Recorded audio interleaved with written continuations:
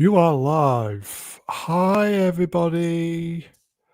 This is Mr. Brune. What day is it? It is Wednesday, the 4th of February, in the year of our Lord, 2026. I am Mr. Brown, and I trust you're all doing pretty well.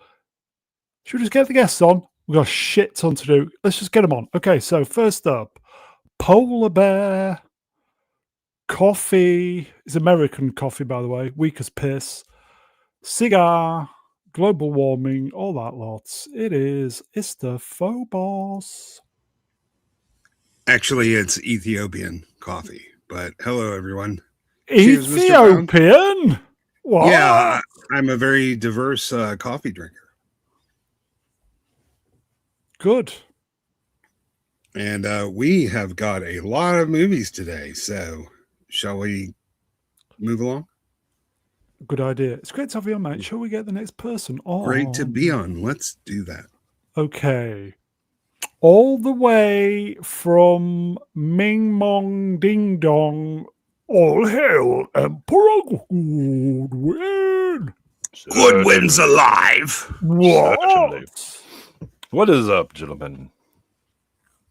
Oh, so yeah, are you roboting, or is that me? I don't know. Am I roboting? Not to me. This is me. Hello. Oh, it's the Brune. It's that Timu interface, man. Yeah. Oh, is that me? Oh, maybe. Well, Ista has the Ethiopian copy and Brown has the Biafra internet. That's very exciting. And you and I are the only one that gets that joke, Ista, because everyone else is too young. It's the Jello one. I am a robot. Can you hear me now? Exterminate. Oh, that's a good Dalek warble, Mr. Brown. Like that actually sounded good. Oh, is it?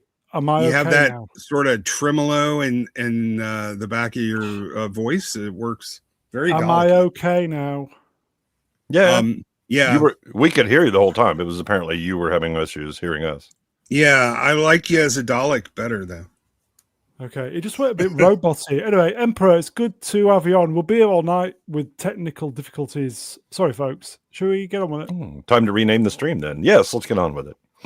I'm boomering with the technical difficulties. Can't even speak. It's great to have you on, Emperor. Let's get the next body on. Okay, he's the jester from Leicester, the Star Wars. Ruin, will you stop? Ruin, just for 2 minutes, please. Just please. Just let me get into the stream, please. Please. He's the jester from Leicester, the Star Wars novelist.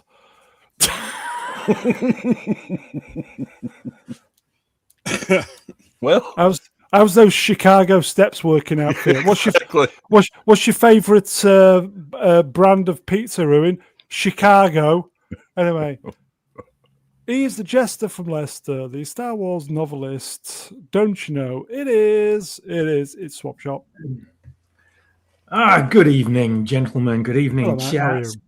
I'm all right. Actually. Thank you very much. Found out today that someone in my tiny little corner of the world in South Leicestershire is from Chicago.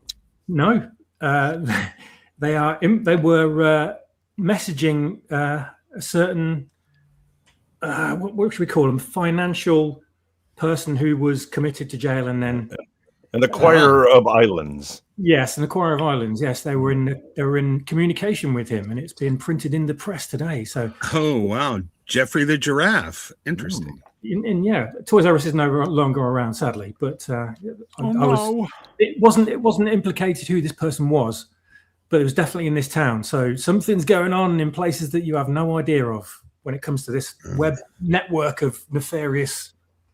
I don't know what you call them. They're not celebrities, are they? Was he married to Fergie?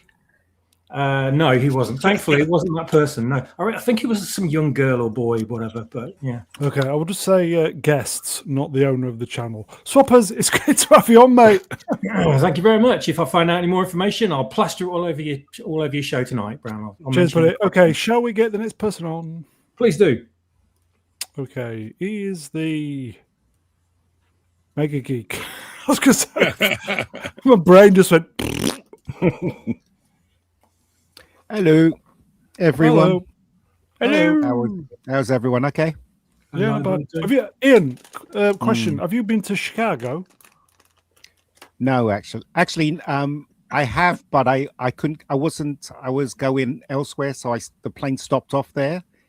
So I couldn't get out the airport. But yeah, I've been there. Do you know what I mean? So Have you been to New York? yes, loads of Well, times. that's the same thing. With a apparently. pram? Oh, is with it? A pram? Yeah. With a pram? What? With a pram? With a pram? What are you talking about? Did you have a baby I in a got it. stroller? Yes. I got it. Right.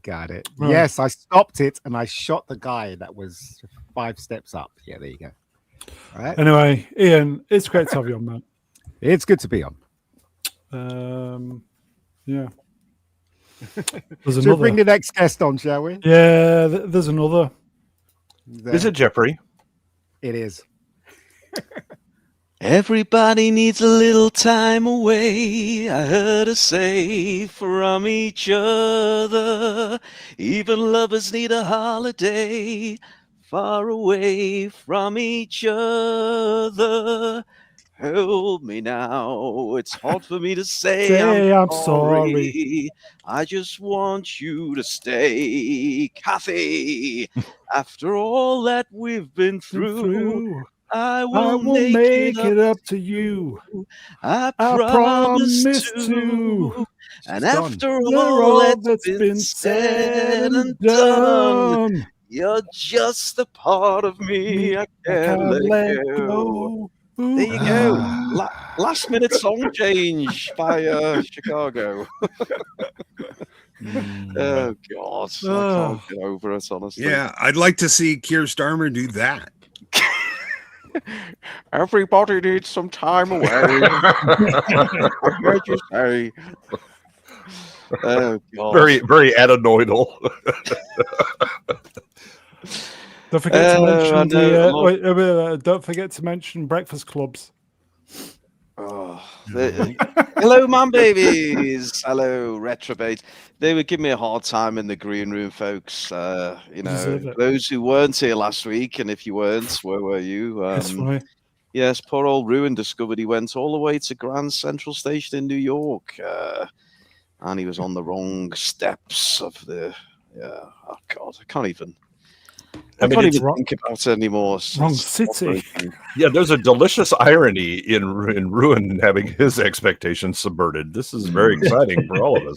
Did those steps in New York? Did they look like the one in the film? Yeah, honestly, they genuinely did. Yeah, I never thought. Do you know what though? You might have been there because Naked Gun did a parody version of that sequence in Untouchable. So you might have been on the steps where they did the Naked Gun parody. So I think it's Naked Gun 3. Yeah. So because I know they didn't shoot that in Chicago, the Naked Gun. So they might have shot it there. You never know. So you might have been close.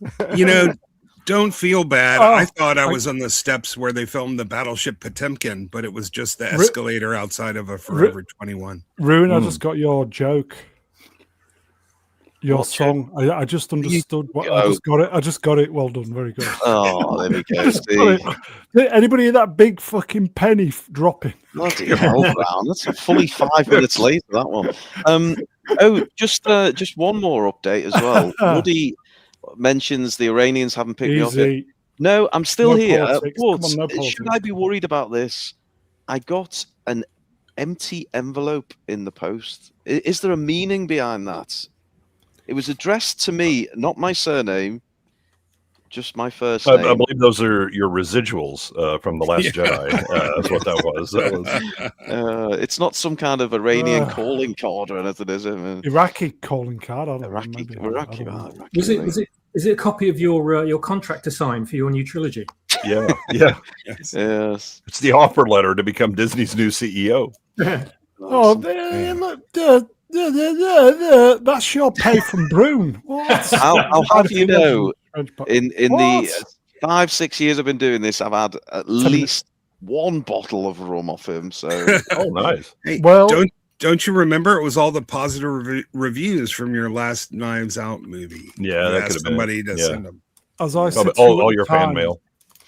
As I said to you at the time, 750 milliliters, and then just thought, you deserve the liter. You're going for the liter, yeah. Look at that. Anyway. Good man. Okay. Well, look, what is it? 80, it was still in the 80s, aren't we? Yeah, 88. Should we get on with it? Yeah.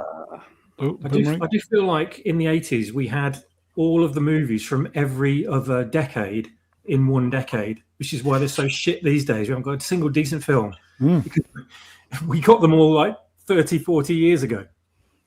Just an amazing decade. 88, everybody. Please like, share, subscribe. Big thank you to all the channel members. Big fuck you to the non-channel members. Big special thank you to Mog. You know why? It's an Apex Jedi. Did he give you the old ham shank, Brown? That's for me to know. Compiled by Gavin Blackburn. Oh, Gavin, honestly, you're on a warning, Gavin. It's been a bit dodge the last few weeks. Okay. Shall we start with the Bond? Oh, we're still doing Bond girls. Girls.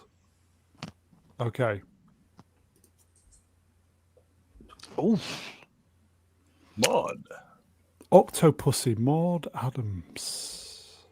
So she was a Bond girl twice, and you picked the one where she was older. There's a theme. That's all I got to say about Brown and his picture choices. What's she holding? Is it Mark Hamill's balls? Go swappers. Strangely takes me back to a memory when I was 8 years old and around my mate's house and walked into his parents' bedroom by accident.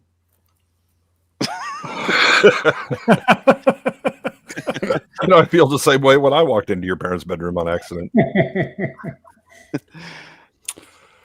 Ian? I think she's gorgeous. Even when she was in Octopussy, because she was in what was it, Man the Golden? Was it Man the Golden Gun? Yep. Originally, I thought she looked okay in that, but I think age made her look better, in my opinion. She was great friends with Roger Moore even before they met up in the Bond movies and stuff. And so it's because of Roger Moore she got the part again in Octopussy. But I think she's gorgeous, personally. There you go. That's me. Anybody else? Just couldn't imagine whispering "Oh Maud," in a moment of feel right. I mean, that's especially music for Ista and I, because there was a 70s TV show called Maud. Which definitely would have been interesting because that was B. Arthur. Yeah, and they have a whole song, and then there's Maud. And then there's Maud. But listen, she's very attractive, and I actually thought I preferred her over Britt Eklund in The Man with the Golden Gun. So. Yeah, and she doesn't act like a girl boss in this as much. You know what I mean? Yeah, Roger Moore kind of dominates her when in the film. Have you not noticed in Octopussy, he kind of dominates her a bit. Octopussy, I mean, she is. Sorry, go ahead. I was just saying that she is, she is in command and stuff like that of troops and all that, and But thing is, though, James Bond seduces her, and Okay, I've not particularly seen Octopussy many times. Seen it a couple of times. I don't think you're missing out on a whole lot. This was basically, I was done with the Bonds, with Roger Moore after this one. But the thing is, though, this was one of the biggest, it took a lot of money, this film, and it just cemented James Bond as a box office juggernaut, didn't it? So, yeah. I think we've triggered side effects. Okay, Common People is not exactly a fan either. Oh, where is he? Not 2 down. Go on, somebody look for him. I can't. It's like 2 down from the one you have highlighted. Oh, it's going crazy in the chats. I'm going to start advertising my cataract surgery business here. Yeah, there we go. Yeah. Well, Common People's got those bulgy Marty Feldman eyes going on, hasn't he? Yeah. This looks like a mannequin. Well, she puts the man in mannequin, that's for Yeah, sure. exactly. Yeah. Mayday, Grace Jones. Why do I feel like she just kicked the shit out of you? Because she would. Yeah. That's what you like, though, isn't it? Yeah, a real girl boss, and about probably the scary fun woman in all of the films. Yeah, I mean, Grace Jones was just, she's like the best part of that movie because she's just so intimidating the entire time. And they do a great skit with her in Boomerang where she's the model who creates the perfume. It's called Stranger, and it's based on the smell of her privates. Ugh. Yuck. Swappers, Mayday, Grace Jones. Yeah, she always freaked me out. I don't care what she's in. My earliest memory of her is in that Renault advert in the 80s. Can you remember that? Oh, yeah. You know what? I just realized she was her generation's Cynthia Erivo. Yeah. I mean, she's about a foot taller and an actual woman. Unlike more genuinely formidable, but it seems like every generation has to have a scary certain type of woman. Yeah, maybe she's it. I mean, she did what she did well, I suppose, but it gave me nightmares. Yeah, I liked her in Conan just fine. She was good in that. Definitely. She was that was well cast, yeah. Slave to the Rhythm album is a fantastic album. I'm not perfect, but I'm perfect for you. It's a fantastic album. I've got it. Yeah, I had it as well until somebody broke into when I was a student, broke into my digs, stole the Mega Drive and all my CDs. Oh, yeah, all my ZTT stuff. Yeah, it's not the same guy that stole Ian's Evil Knievel and my style. Probably. Okay, same one that took Ruin on tour in New York. Chicago. That's Grace Jones, everybody. This could be wide open. Oh, here we go. Stacey Sutton, Tiny Roberts, View to Kill. Not very good picture of her. Dun, dun, dun. It's from the film now. First time here, Ian. Yeah. Sorry, Ian, that she's not completely stark bolt naked with lettuce sleeves hanging out. That's not what I mean. There's hundreds of pictures, better looking pictures than that of her from the film. Yeah, but I think she's got at least a good chance in this round. Let's put it that way. She's gorgeous, absolutely gorgeous. Yeah. Great looking girl. She was crap in the movie, but she was great legs, great face, great tits, brilliant. That's what I say. Yeah, you should have put a Beastmaster photo up there. There you go. Yeah, but that's not View to a Kill, though, is it? It is in my head canon. Yeah, same here. Same cinematic universe. Yeah, she's pretty much naked in all of her movies for me. Tanya Roberts, then. Oh, there we go. I love Cara Miriam Diabo. Why does she look like a contortion artist or something? It's a very weird angle, that isn't it? Yeah, it's AI where it made the face backwards. You know? This is after she had her neck broken in the movie. Have you seen what she looks like now? She looks horrible. She doesn't She wear is makeup. very scary looking now. It is terrifying. Yes. She's gorgeous. She was gorgeous then, absolutely gorgeous. I love her sweet. She was so sweet in the film, and I just fell in love with her when I saw Living Daylights. I thought she was one of the best James Bond girls. Yeah, well, she was the very only monogamous Bond girl in the movie. She was solo. 3 of the worst 4 photos I've ever seen in my life, Brown. I'll just say that. You know me. Well, I think Steve Consobome kind of captured the truth there. Yeah. I thought since we'd be pulling from the actual movies, it would be different, but apparently. Oh, sorry. There we go. Oh my god.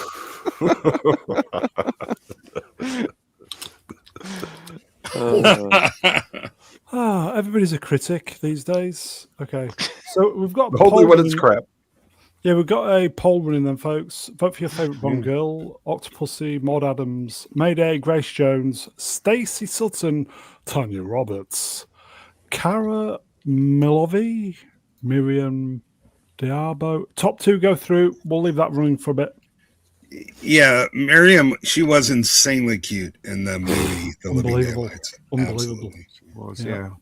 Unbelievable. Can we? Come on, let's get Grace Jones through, folks. Come on. Exactly. I mean, she had the best picture of anybody.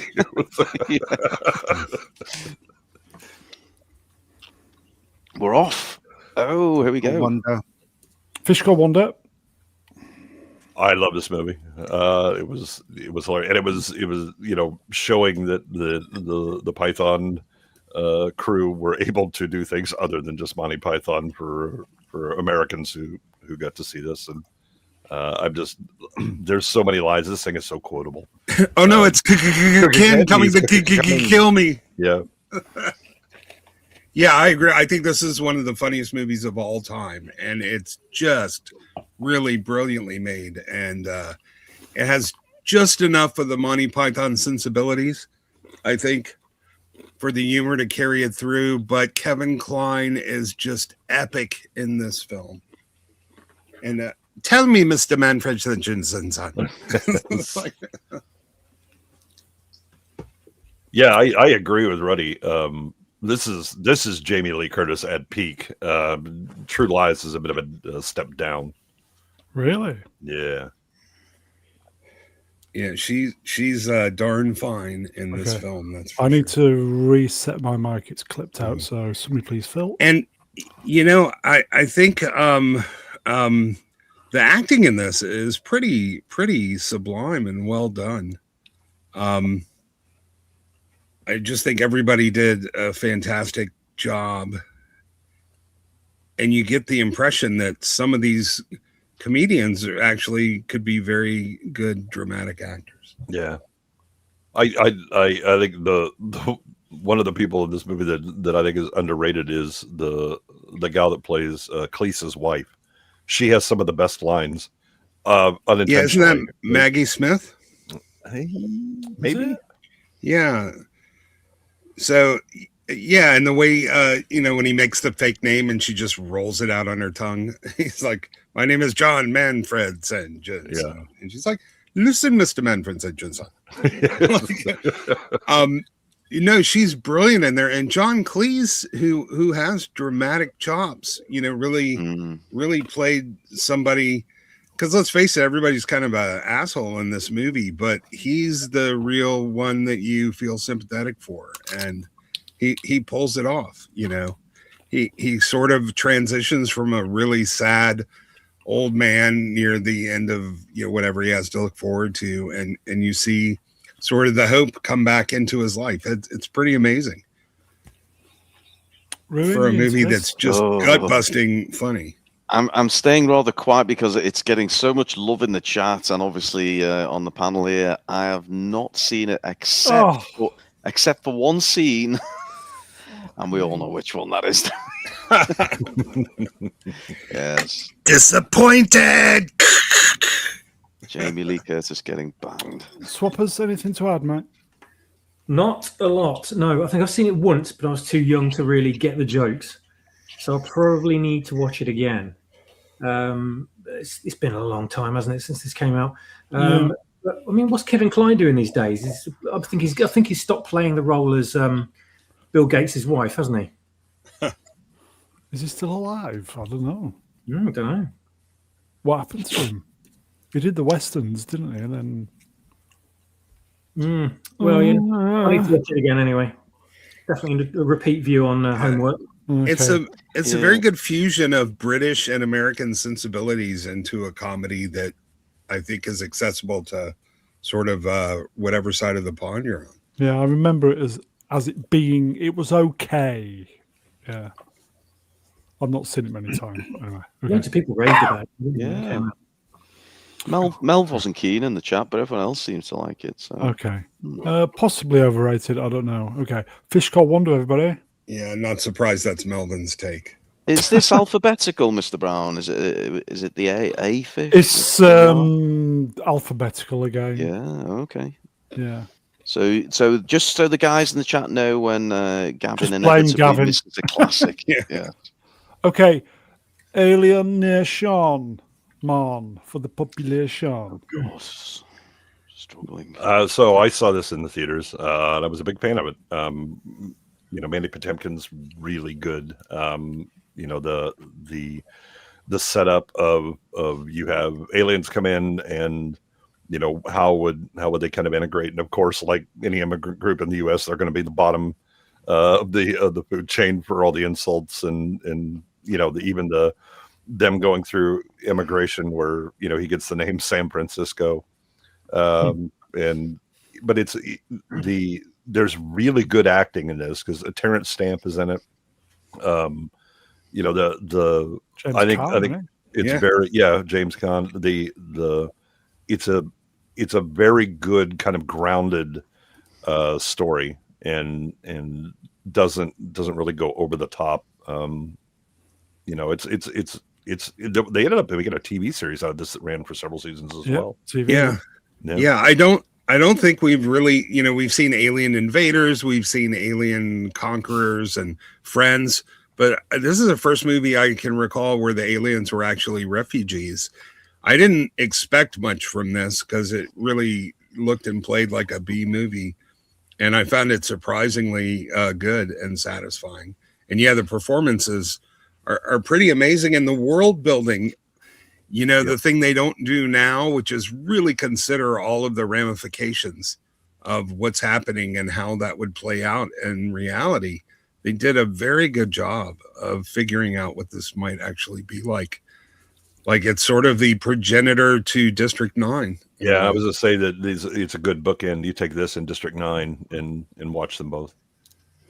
All I'll say, I've not seen this, but just looking at the strap line. Really? That's surprising. No, I've not seen it. But, okay, so they've come here to live amongst us. They've learned the language. Oh, no. They've got a job, and they're trying to fit in. I mean, Jesus Christ, that's better than... real life. Yeah. Okay, apparently I have it in the grapevine, the BBC are remaking this, a low-budget version. Is it called The Nightly News? No spaceships, just boats. Yeah, they're remaking it in your actual country. Moving on. Yes. Ian, They have to change the strap line. They haven't learned the language. They don't want a job. They're not trying to fit in. Right, moving on. There is something about the demand we change to fit their customs.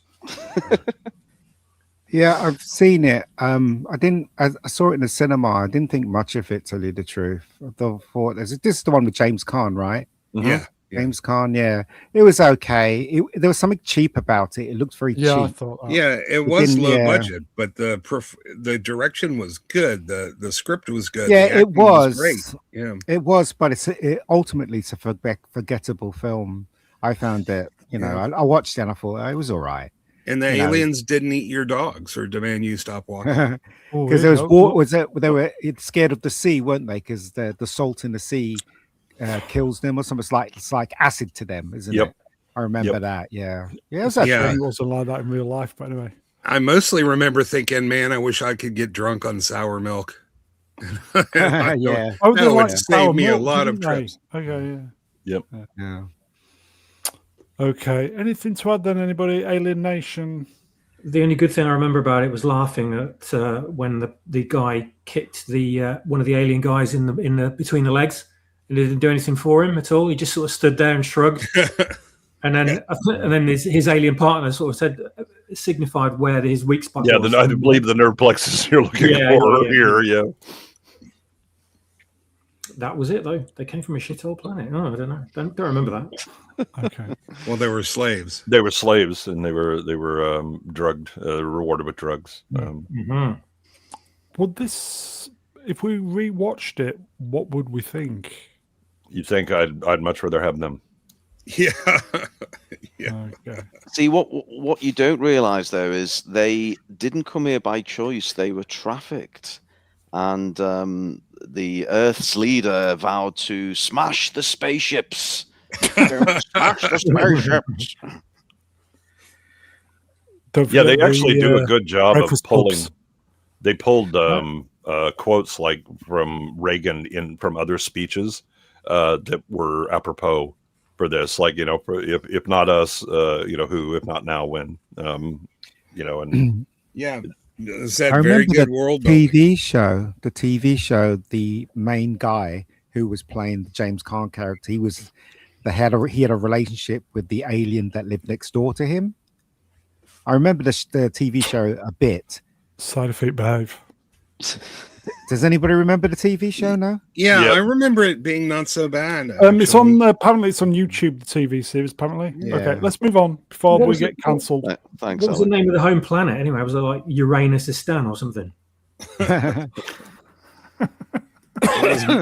It was our anus. Oh yes. Now we're Okay. talking.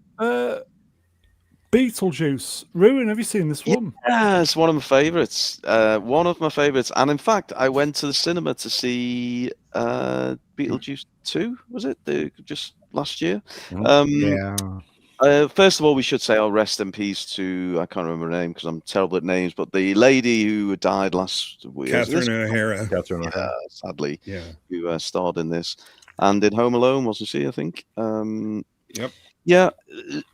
Yeah, zany kind of movie. Michael Keaton is just utterly brilliant. Yeah, I've rewatched this tons. I just think it's really fun, unique, absolutely crazy. As a kid, I was just fascinated. The guy with the tiny little head, and all the dead people in the waiting room. Just so many great scenes. Yeah, I really like this movie, and I think it holds up. You know, it's got rewatchability. Yeah, I'm a fan of this one. Yeah, this was the movie that really put Tim Burton on the map, wasn't it? And man, Michael Keaton chews the scenery like nobody's business. Oh, God, If I had a single criticism, it would be need more of him. But I even liked Alec Baldwin in this, man. Like, this was a great year for comedies. We don't get these anymore. This movie was fantastic, and I remember going to see it several times. Very funny. Yeah, Burton's, the visual style is definitely screaming Burton on this, but also like the little funny things like the bureaucracy of being dead. Because if you just think of the number of people that die every day, of course there's going to be a big waiting line. You got to sit, get your number. The lady that's there, has her throat cut, so when she smokes, the smoke comes out, and she's just sick of all of this. She can't stand these people.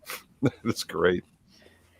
It's funny because I remember watching it with my sister. We used to watch it like it was a kid's movie. But then you've got Michael Keaton doing these sexual thrusts and grape jokes and all kinds of he bonks someone in the grave. It's just really a bit near the edge. But great movie. Loved it. Yeah, and this is one of those. It's very rewatchable because there's so many little jokes going on in the background, visual gags. Yeah, you will always see something that you missed before. Swappers.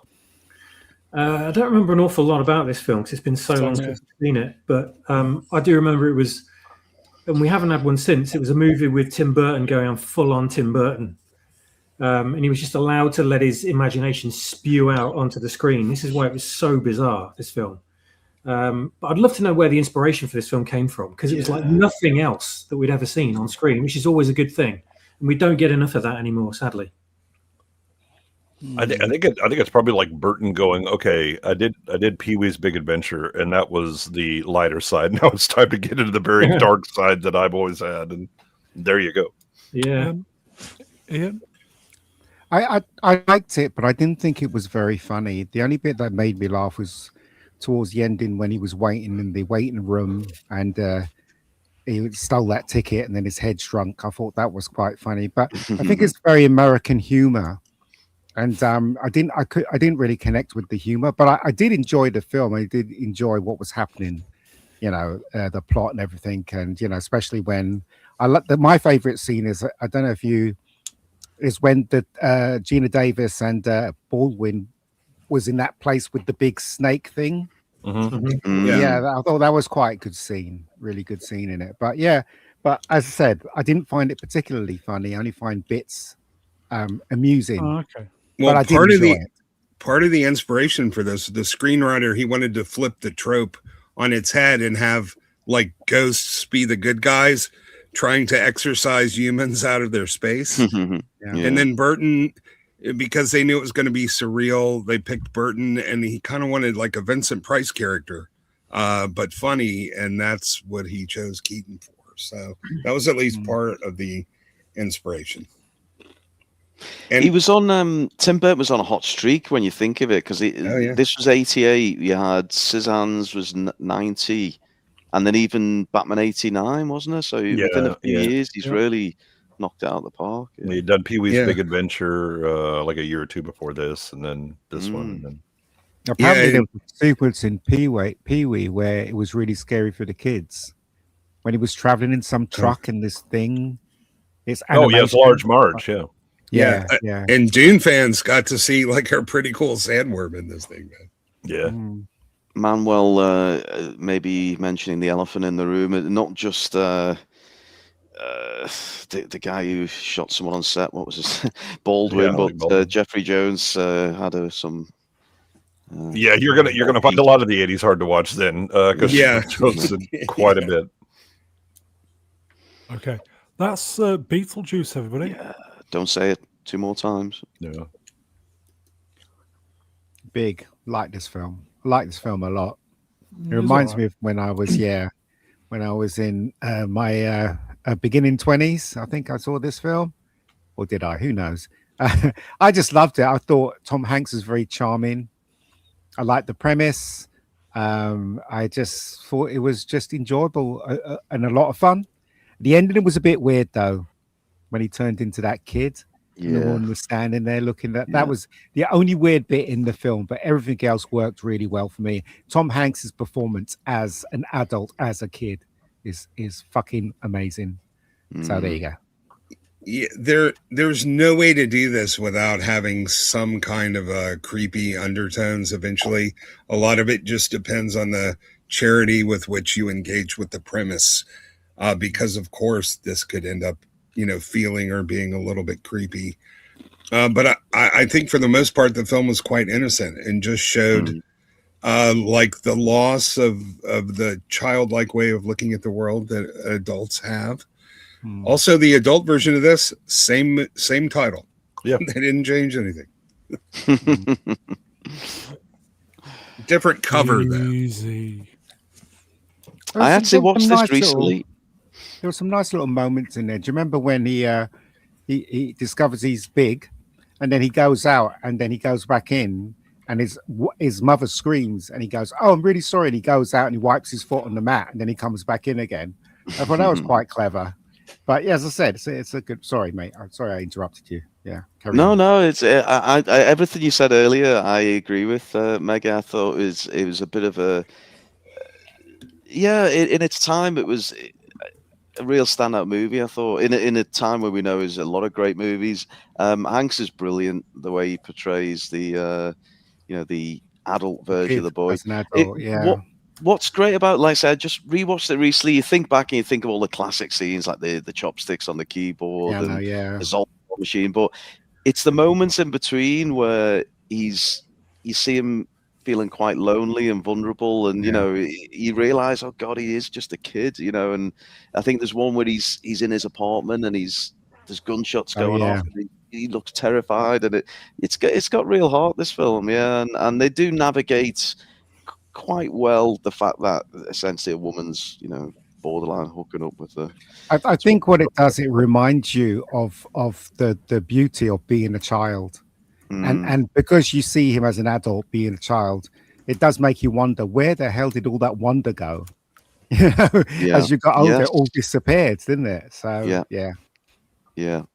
Well, I think it's also the best, the best way to like view the common things that we've become used to is to kind of have somebody from the outside come in, either, you know, child in man's body, but having to do adult things, and you just look and go, yeah, some of this stuff is really pretty silly that we do, but it's just the things we have to do, or it's boring and you'd rather do something else.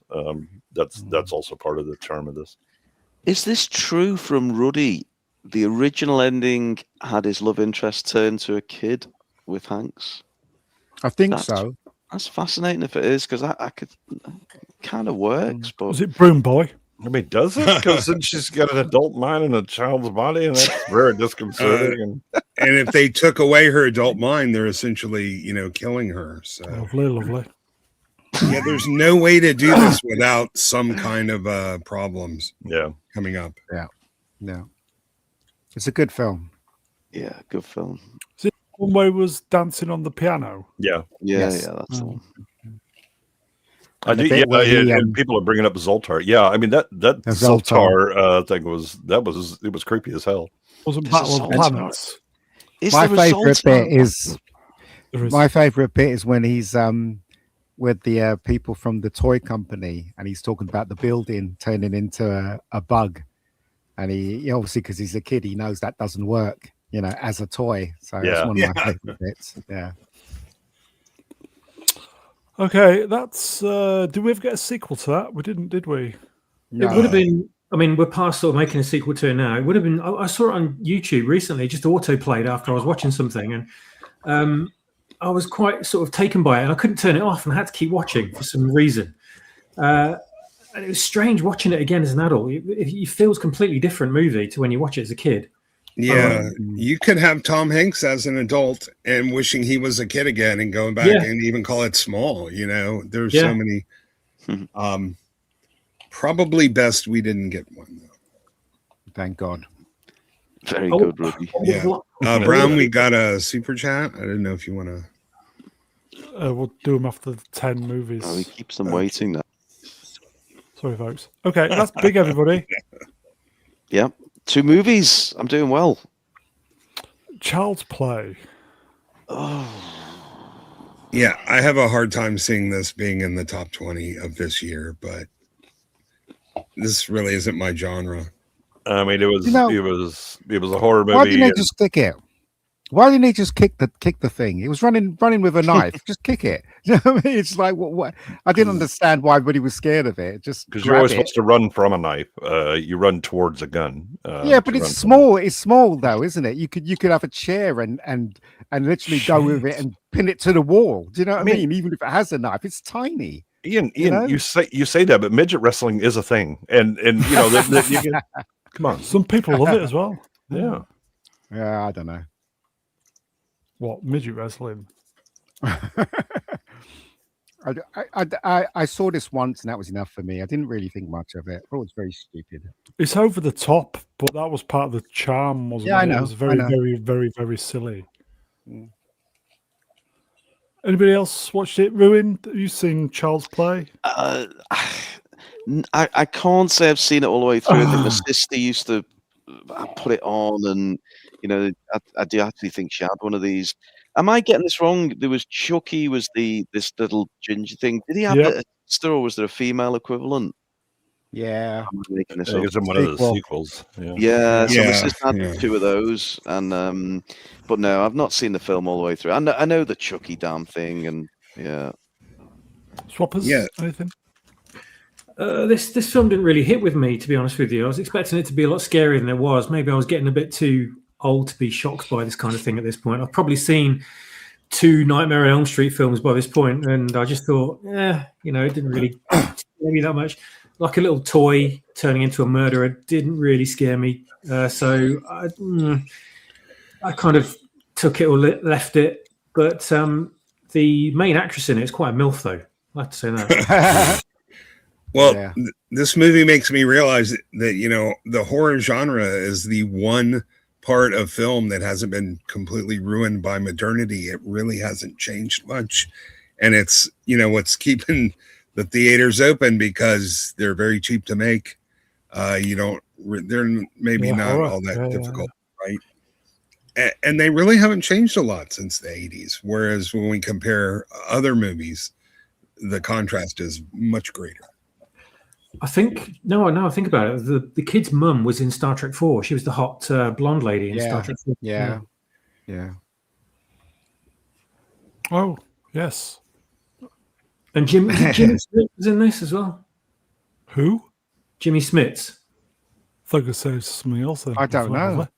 Wait, are you talking about Catherine Hicks? Catherine Hicks. Okay, well, you said hot blonde. I don't really think of her that way. She's not unattractive, but yeah, she was also the mother in the long-running show Seventh Heaven. So, I never saw that. That is crunching, everybody. Yeah, it's a little difficult to talk about that show because of some other people that were in it. The Deadpool. God. Go ahead, make my day. This was a terrible movie. It does have kind of the introduction to Guns N' Roses for the wider audiences who hadn't picked him up in '87, and you have Jim Carrey playing Axl Rose in the making of a music video. I thought it was a lot. I thought it was a lot of fun. He didn't wear a mask a single time, and there were no swords at all. Man, this movie sucked. I should have. You know why I thought it was fun? It was because they knew it was ludicrous. You remember that bit where he goes into the cafeteria to get his coffee, and the woman's put all that sugar in, and then he walks out because obviously they're being robbed. Remember that scene? Then he comes in and he does this big speech. Everybody's got guns. He has a big speech about how there's too much sugar in the coffee.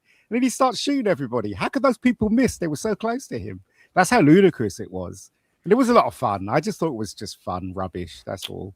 Yeah, this is the Rambo Part 2 of Dirty Harry movies. I mean, it is just a cartoon. I genuinely can't remember this one. I don't even know if I've seen it. I should have, but I can't remember. There's the little remote control cars that they're using to blow things up. In fact, this is the only one where his partner never died. Yeah. Well, they took his catchphrase away, didn't they? No, his catchphrase was "Go ahead, make my day." It was, but he doesn't say it in this film. He does. He does say. He says it in the cafeteria where he shoots everybody. I thought that was one of the earlier movies. No, it's this one as well. This is where he says it. Yeah. No. This is the only time he says "Go ahead, make my day." The one before that was. Somebody reminded me. Lucky? Do you feel lucky, punk? Do you feel lucky, punk? Yeah, and the one before that was a man's got to know his limitations. Yep. And the first one was, I don't know, I can't remember. Milk, two sugars. But they all have those sayings, don't they? Yeah. So I remember him in this one, pointing at somebody and saying, "You're shit out of luck," whatever it was. No, that was the one after this. That was the one after Georgius L. Rex wrenched. Mega is thinking about the last one, is he? No, it's this one. Okay. I can't remember. Well, I think it's this one. I can't Probably remember. wrong. Rob Liefeld did confirm that this movie was the inspiration for giving the character Deadpool his name. So, am I wrong? I could have sworn this is the one where he says, "Go ahead, make my day, Deadpool." Because they used to advertise on the radio. Okay, I think we may need to homework this one. Yeah, somebody tell me whether I'm right or wrong. Mud crab, numbers, wrenched, mega dirt. It's shit. He says "make my day" and "sudden impact." Oh, okay. So I'm wrong. So this one is. So which one's this one then? What is he saying? This one? You shit out of luck. You shit out of luck. Okay. Yeah, I don't even remember. I saw it when it came out. I've not seen it since. But I don't. So sudden impact. That's the one where he's talking about the sugar in his coffee. It's not this one. It's not this one. Yeah. Make my day. Here you go. Oh, sorry. Chat moved up. Sorry. Oh, cat's started now. Cat's woken up. LOMC, wrench, sudden impact. Sudden impact. Yeah. Okay. I sit corrected. Haha. Okay, that's the Deadpool, everybody. Die Hard. You go, look, coming, is it this July? So it's not a Christmas movie. second best Christmas movie ever. After Gremlins. What's the first? Lethal Weapon. Lethal Weapon. Christmas movie released in July. Yeah. Is this homework? Would you say? What, Die Hard? I don't know. You know, do you reckon? I don't know. Die Hard's a brilliant film. Let's just stop right there. Just stop right there. Is it worth watching Die Hard? We could do multiple streams on just this movie, just like Lethal Weapon. It is a masterclass in setup and payoff. It is a wonderful action film that actually has real characters in it that you feel real feelings for, and it really conveys. Unlike Lethal Weapon, this is more of kind of your everyman thrust into sort of an extraordinary circumstance, and he. So you know, a lot of people didn't know that when they had the trailer in the theaters, the audience laughed because it was Bruce Willis, and they've only known him for moonlighting. And when they saw him running around the gun, the whole audience laughed, and that message got to 20th Century Fox, and they were really nervous. They were actually thinking of actually not releasing it in July because everybody was laughing. So nobody's going to take this guy seriously. And the same thing with Arnie was offered this, and he turned it down because he said the character got hurt too many times. Not an action film should be about. Well, in fact, Die Hard was the one that created the hero getting hurt loads of times in this type of stuff. Yeah, and you really felt it, like every shot he took, you know, it was very impactful. And from the very beginning, he's on the plane and he does the thing with his feet, you know, just perfect setups and payoffs.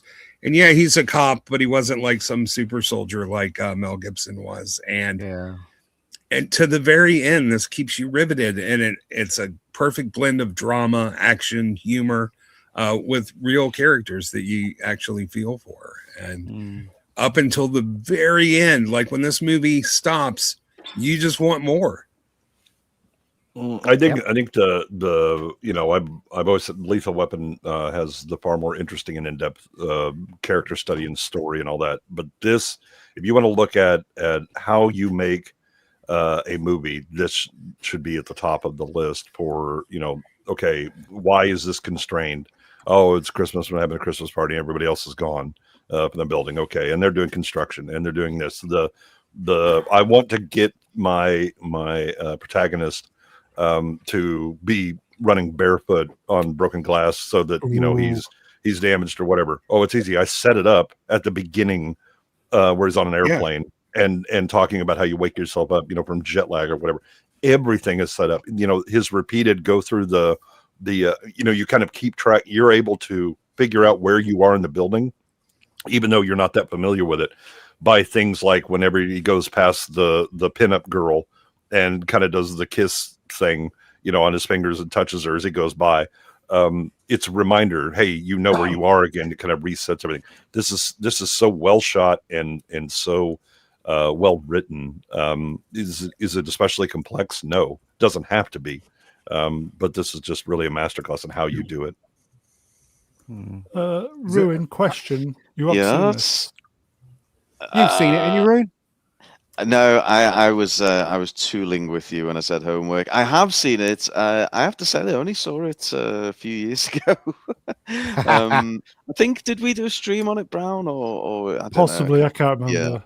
Yeah. So no, I did watch it. I think I'd seen it in bits, but all you guys are raving, so I sat down. I got the old celebrations out. You know, got comfortable Hugh Edwards style in my pants, and I had a good night. Yeah, it was good. I've got to say, what happened to action heroes? Because in the 80s and even the 90s, we had some absolute legends. What the fuck happened to action heroes? We still got Statham. We've got Statham. That's it. Jesus. Love Statham. Well, we may no longer have John McClane and Bruce Willis in this kind of role, but at least we've got Daisy Ridley doing it. That's true. Yeah. Oh, did you Cleaner? see Cleaner? Fantastic.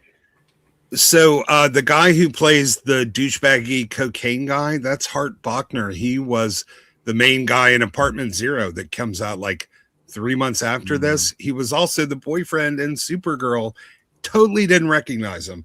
I thought after Apartment Zero, I thought he was going to be huge, but maybe he just didn't have the right kind of agent. He's been in a lot of movies, but he never sort of broke through into stardom.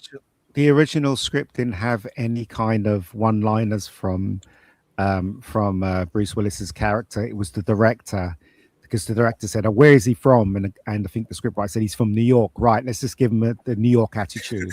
And so that's how wide all the humor is in the film. Yeah. So there you go. Yeah, I still remember when he's walking through, he's all beat up. He's like, "Come to the coast, we'll have a few laughs." Like I spit my soda out through my nose. When just because he's just a regular dude, man, and all this shit is happening to him, and it's magnificent to see. Yeah, it is a good film, and it is. Can anyone explain to me why there's this really duff shot in the beginning when he's talking to the guy on the plane, and the guy says, "Yeah, make fists with your toes," and there's that one shot where Bruce Willis looks at the guy, and it looks like it was shot on video. For some reason, it just looks really weird. Watch the film again. Could somebody explain to me why that shot's in the film? Maybe might have been a pickup. Yeah, maybe, but it looked like the quality does look like it was shot on video. It just looks weird. Take a look again when you get the chance, guys. I'd gone to university at this stage. I think some of us in our class went to see this at the cinema. So happy memories with this. Die Hard. I think when did Lethal Weapon come out? November. Anybody? Was it the year before? Yeah. That's the reason why he's got the Beretta, because it's the same producer, isn't it? Well, it's the 80s gun of. I mean, it was the military. It was the single most popular semi-automatic handgun in the world at the time. Everybody uses the Beretta. I mean, not really. I mean, the Beretta starts. The Beretta starts picking up in the 80s. The 1911 is still in the high points are absolutely the most common. It was Lethal Weapon and Die Hard that made the Beretta popular in the US. Yep. So I was told, I love that bit where he shoots the guy under the table and says, "Thanks for the advice." That was a great moment in the film. It's a really good film. That's also when he loses his hearing. Oh, really? Yeah. Oh, wow. Because they were firing blanks, and the way that he was shooting, the sound reflected back, and that's why he lost hearing in that ear. Yeah. Well, the military adopted the M9 in 1985, so it was going to be the sidearm of all major military branches. Swappers, anything to add, mate? Not really. I mean, what has not been said about this movie? What makes it so special back then and still today is the fact that it's not a typical action movie. It kind of bucked the trend from what we were used to. And McClane's not a typical action star. He's just a regular guy. And Bruce Willis played it so perfectly, and he was perfectly cast. And the whole package just made one amazing product. And this is why it's practically timeless, even though it's set in the 80s. And you can see that it's not a modern movie. But the concept and the enjoyment you get out of it is greater than probably any modern movie that's been made in the last 15, 20 years. So of that genre, anyway. You know what? When I saw it in the cinema, the biggest laugh in the cinema, and I shit you not, was the bit where it says, "Who's driving that car? Stevie Wonder?" That's the audience just literally fell off their chairs when he said that line. Yeah. They were literally, because I went to see it. It was a packed cinema. It was packed. Every seat was taken. Yep. So yeah. Quick question before we move on, while we've got the picture up. Who rocked the Widow's Peak best? Was it Earl Bruce, or was it what's his fucking name? The posh English guy. What's his name? Ian Brown. No, you mean Jude Law? Jude Law. Yeah. Who rocked the Widow's Peak the best? Well, it doesn't count if you're balding. Which is what both of these guys are doing.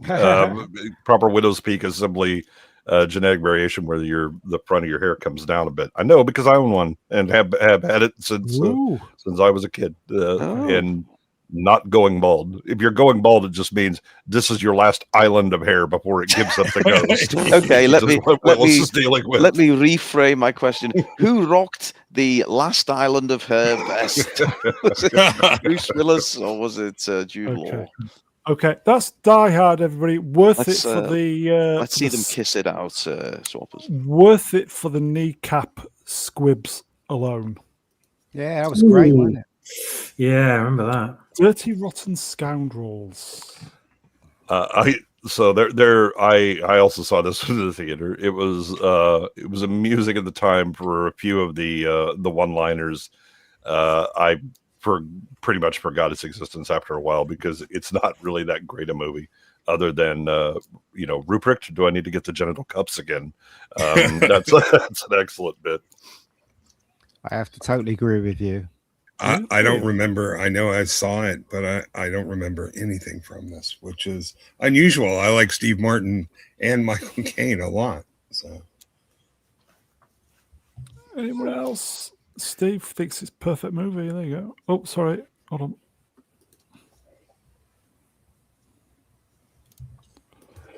Go on. What's this put down? What I lack on top, I make up with my 70s bush. Oh, there you go.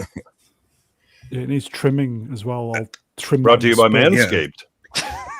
So, for the people that love this movie, is it worth a revisit? Because I haven't seen it since 1988. It was just quaint. This movie, it had its moments. I don't think it was anything special. Yeah, it reminds me of if you remember the Tom Hanks movie, The Lady Killers. Yeah, it's a remake, wasn't it?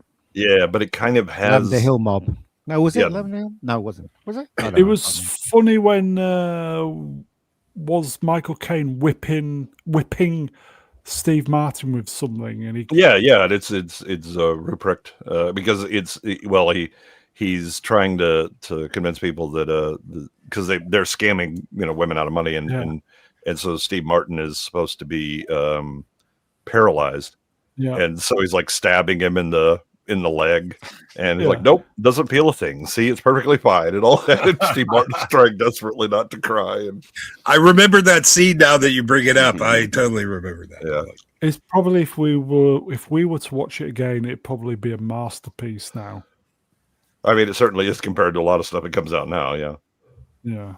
Okay. Anybody else then? I'm going to surprise you. I've seen this one. I've actually seen this. I've seen this movie. Shit. Yeah. And I liked it. I did quite enjoy it. I think there's good chemistry between Steve Martin and the other guy, Michael Caine. Yeah, honestly, it's good fun. I don't know. It's been many years since I've seen it, so I don't know if it does hold up. Yep. But yeah, it was good fun back in the day. Yeah, VHS van turned up outside. Yeah, VHS. Okay. That's Dirty Rotten Scoundrels, everybody. Should we do the next one? Someone said Palpatine's in it. Is he just joking, or is it? Is he? Ian McDiarmid, maybe. Wow. Not Clive Revell. Maybe it was a clone of Palpatine. I thought the original was a woman. Anyway. Somehow Palpatine showed up in Dirty Rotten Scoundrels. I thought the original Palp was a woman. It was. Yeah. With chimpanzee eyes. Yeah. Chimpanzee eyes. I like this one from Side Effects. Dirty Rotten Scousers is the porn version. And I'm in it. Okay. Yeah, apparently he played Arthur in this movie, whoever that is. Wow. There you go. Titan. Reg, mate. Ian McDiarmid plays Kane's waiter servants. There you go. Wow. Nice. Suddenly, the butler showed up. Suddenly, the cat starts making noises again. Oh, a great movie. Midnight Run. Fantastic. This is a fantastic. It's the Odd Couple meets the buddy comedy meets the bounty hunter movie. It is. Looks like I'm walking. This is a sequel to Midnight Cowboy. Well, it's somewhat funny. There's a lot of similarities of Into the Night. Obviously, that was a man and a woman, but yeah, at the end of the day, you end up liking Charles Grodin's character, don't you? Because he was rotten, but what he was saying to Robert De Niro's character was kind of true and coming from his heart towards the ending. He gives him that belt of money, doesn't he, at the end? Yeah. Spoilers. He lets him go. He's very relatable. Yeah, he did some bad things, but you really understand all the choices he made along the way. And Robert De Niro is incredibly palatable in this movie. Also, he looked good as well. I mean, compared to other movies, he looked good. He looked like he'd worked out a bit, and the choice of clothing for him, it does look like a bounty hunter with the leather jacket and all that. But John Ash just worked as well. Yeah, it just worked really well. So it's a good film, and it's very enjoyable. And as I said, it's the Charles Grodin character. You kind of warm to him towards the ending, and you do want Robert De Niro to let him go at the end. So yeah, I really liked this film when I saw it. Apparently, there is a sequel in the works featuring a gender-swapped Regina Hall. Not kidding. Swappers? Never saw it. Oh, don't you? No, who's his boss in the film? Who's his boss in the film? Robert De Niro's boss that he talks on the phone to. It's Cypher, isn't it?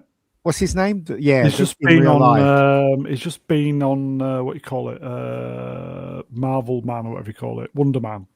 Oh, was he? Because he was the one that was actually bullying. Pantoliano. Yeah. Yes, he's funny in the film. Joey Pants. Yeah, Joey. There were a couple made-for-TV sequels to this, but I never saw any of them.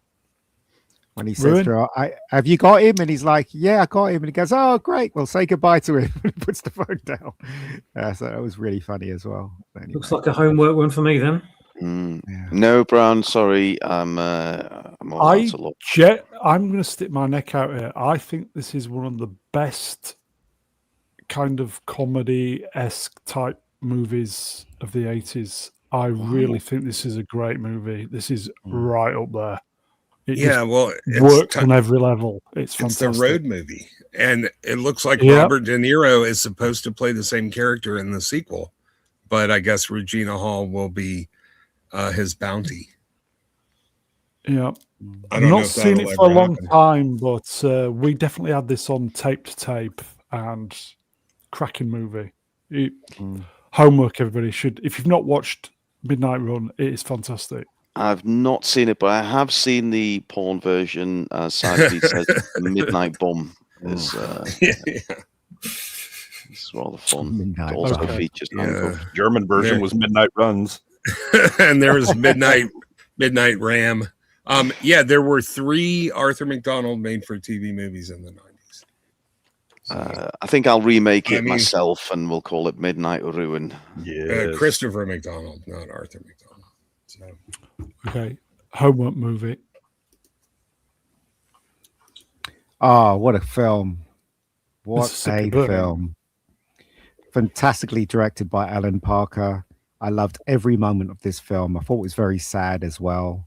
But Gene Hackman, bloody hell, what a powerhouse performance in this movie. Jesus, you wouldn't want to mess with him, let me tell you. Really good movie. I don't know if anybody else feels the same way about this film. It's definitely not something you want to go and watch multiple times. Or hey, let's watch a light movie. This is some pretty rough stuff in this, but it's a very good movie. Yeah, and it was one of the few sort of Academy Award darlings that I didn't think was extremely overrated. It was pretty deserving at the time, and man, William Dafoe is just amazing in this. Yeah, William Dafoe. It's funny because William Dafoe plays the I want to do it by the book kind of man, but then he realizes halfway through that that's not going to get him anywhere. And Gene Hackman's like, you know what? I grew up here. Fuck everybody else. Let's just get the truth. Great dynamic between them both. Yeah, and Brad Dourif is in this one too. He is. He pops up everywhere, man. And Arlie Irby was in here, and I think I might find it exhausting to watch, given it is. It is. Yeah, but more so. Yeah, but Alan Parker, he kind of retired, didn't he? He hasn't made any films for a very long time, and he is a brilliant director. Everything that he directed, I've really liked. So it's a shame that I think he's dead now, isn't he? Did he die? Yeah, well, he did Angel Heart, which I liked better than a lot of people in the panel, and Midnight Express. Have you ever been to a Turkish prison, John? Alan Parker, didn't he do Fame? Yep. Yes, he did, and he also did Bugsy Malone as well. Yeah, it was a good movie, that. Yeah, he did Evita and Shoot the Moon and Road to Wellville, which I was not a huge fan of. Yeah.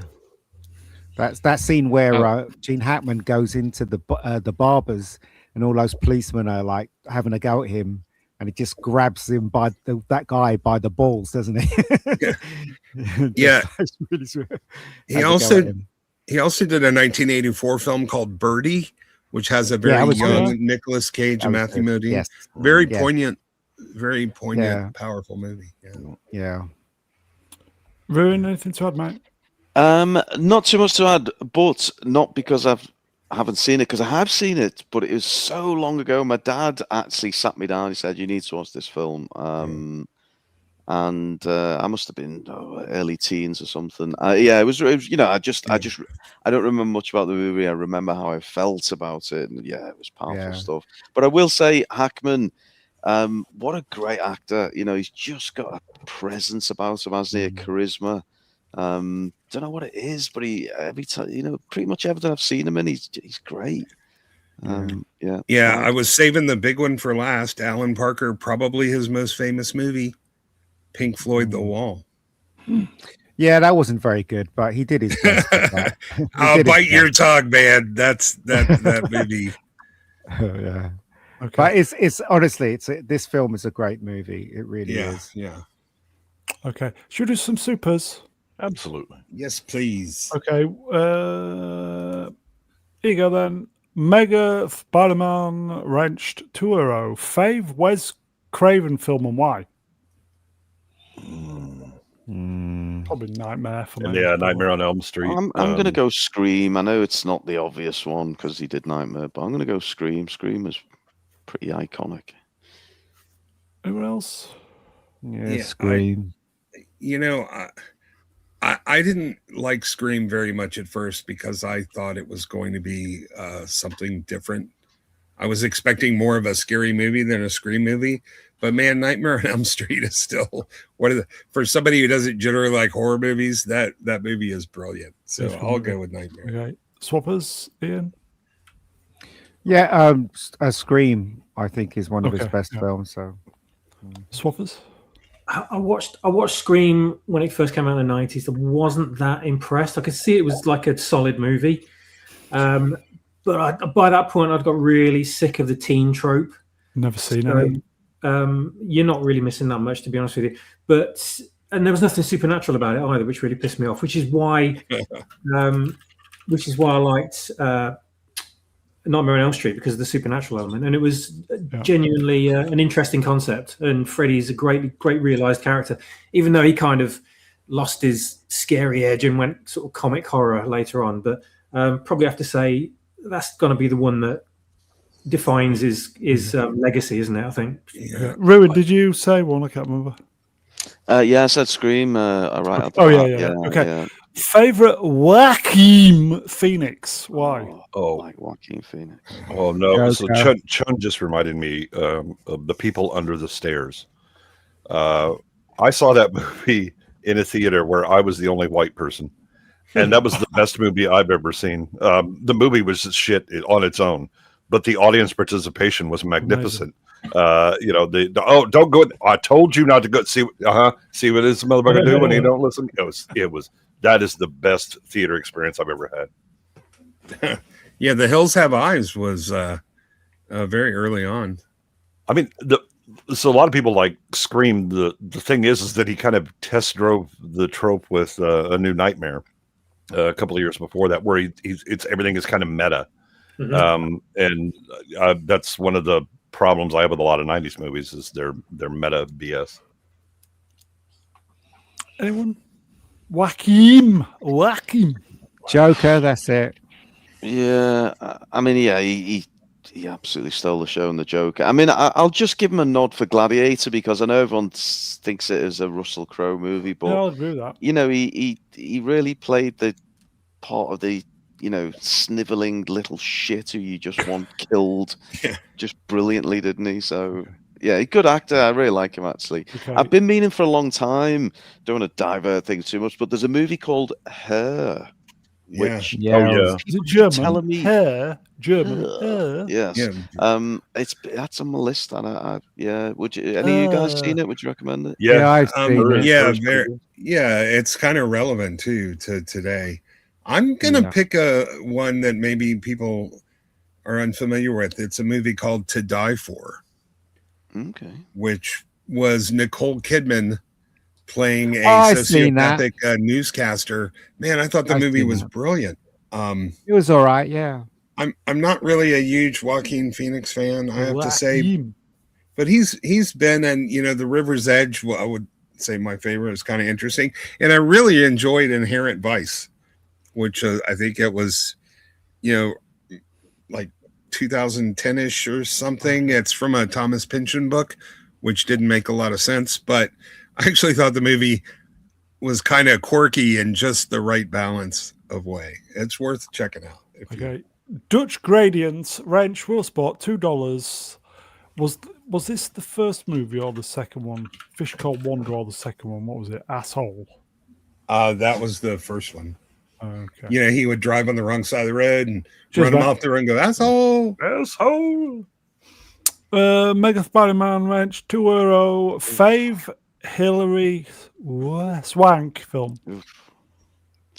I don't like Hillary Swank, really. I don't. Karate Kid 3. Boys Don't Cry is probably my favorite for her. I mean, it's certainly her best performance. I'll go $1 Million Baby is good. Yeah. Probably $1 Million Baby, and I love The Long Kiss Goodnight. It's a super underrated, phenomenal female-led action movie. I like Karate Kid. The next Karate Kid with Hillary Swank. No, she was terrible. That was a crap movie. Gina, I don't know. What's that one with the baseball, with the women baseball one? I thought she was good. League of Their Own. That one, that was good. I mean, so was The Fly. She was amazing in it. But The Long Kiss Goodnight is just a really fun film. Yeah, I like the porn version, Hillary Swank. Yeah. Thanks, Khalid. Unfortunately, everybody that's seen it had died soon afterwards and in suspicious circumstances. Swappers? Yeah. I've got to agree with Long Kiss Goodnight for Gina Davis easily. Yeah. God, I need to see that film again. I haven't seen it once. I saw that around the similar sort of time to Scream as well. I think it came around 96. I think that was. But Long Kiss Goodnight was way more enjoyable. It was so great, that film. Hillary, I haven't seen any Hillary Swank movies, I don't think, so I can't comment on that one. Did you see Buffy the Vampire Slayer? The original. Yeah, she was in that. She wasn't Buffy. That was Hillary Swanson, I think, but she was in the movie. Kirsty Swanson, yeah. I didn't know that. Oh, right, okay. No, I haven't seen that one. Okay. Here you go, folks. Melvin Deeply Wrenched, Will Spot, 2 boons. Last Boy Scout is the second best Die Hard film. I like the Last Boy Scout. Yeah. Last Boy Scout was agree with that. very well written. I'll buy that. Absolutely. Yeah, very well written, very well directed. It was the photography was gorgeous in that film, but it was a big flop, wasn't it? Last Boy Scout. I loved it. I don't think anybody who's familiar with general aviation would have bought the plot of Die Hard 2, so that one was really hard for me. Yeah. Go around. I do love the Last Boy Scout with the I'm gonna make you scream, or I want to hear you scream. Yeah. Play some rap music. Yeah, it's a great line. Yeah, Taylor Negron was super creepy in that movie, man. Okay, there is a pinned message. Melvin's doing a charity run. Check out the pinned message afterwards. Half marathon.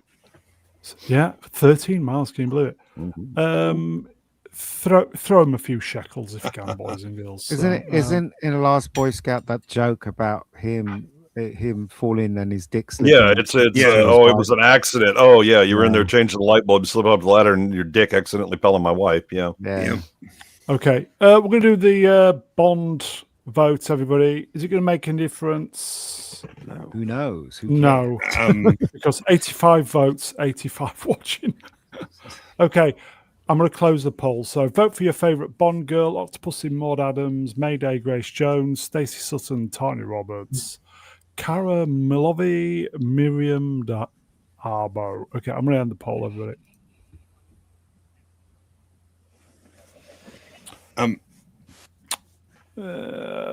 Melvin's also posted a link, folks, so you can check that out. Here you go then. So poll complete. 86 votes, 86 people watching. Very impressive. Last place, Octopussy, Maud Adams, 15%. Third place, Mayday, Grace Jones, 16%. Runner-up, Cara Milovi, Miriam D'Arbo. So nice. 21. That's 21%. And the winner, Stacey Sutton, Tanya Roberts, 48%. So top 2 go through. I didn't even realize that half these Bond girls have names. If it's not a pun, like on the top, I don't even know what their name was in the movie. Yeah. We'll do the next Bond. Ooh. Pam Bouvier, Carrie Lowell. Yeah, she was smoking in this, man. She was gorgeous. Well smoking, this girl was. The only thing is, was she a little cross-eyed or had a lazy eye or something? Lazy eye going on. No, she ended up in a long-running TV show, didn't she? Law and Order. She was the ADA in Law and Order for several seasons. Did anyone see the making of this film? They were talking to the editor, and the editor had that scene where James Bond throws her on the bed, and the editor was saying she can't act, so what I have to do is to cut away from her and go to Timothy Dalton. Did anybody see that? No. He was literally saying he was trying to save her in the edit. She couldn't act. The editor was saying she can't act, so I need to go to Dalton in this shot here. So she's not a bad actress, though, man. She did a good job. The editor was saying. That's what the editor was saying. This movie wasn't as good as it could have been. I don't know. I did enjoy it. This was License to Kill, but I just felt there was something off about it, something missing. Well, they had problems, didn't they? They didn't shoot any of it in England. They shot it in Mexico because of the tax breaks, and it was in a big legal battle. What is it? Because United Artists was being brought out by, and all that stuff was happening. Yeah, like half of this movie is from the book Live and Let Die. So it's it is. That's where Felix Leiter gets fed to the sharks, and Robert Davi. Robert Davi. Yeah. He was good in it. He was appropriately sinister. And his little second in command, who's like losing it throughout the movie, and the sadistic, Benicio del Toro, as a very young guy in this. Yeah, they this was the very first James Bond film that wasn't aimed at. They didn't think about the kids in this. It was very adult. It was quite violent, actually. So. It was very brutal, gritty. It didn't really have any lighthearted moments in it. It was all just too deadly serious for Bond, I think. Yeah, I love the beginning sequence though with the plane and getting married and stuff. It's really good, really good. Yeah, the way he's narrating is like, "Are you expecting me to believe that this guy, jumps on the plane?" She's getting rinsed in the chat over the old lazy eye. Body shaming in the chat. No, this is more making fun of the handicapped than body shaming. Okay, I just I don't see it. Where is the eye? I don't see it. Look at her eyes are focused. For God's sakes, the eye is directly looking at you. The left eye is taking off and looking at your mate, thinking maybe I could go with him instead. You wouldn't know where to put yourself, would you? I know. You'd be like, which one are you actually using right now? I got to be honest. It's like she's following me around the room, no matter where I go.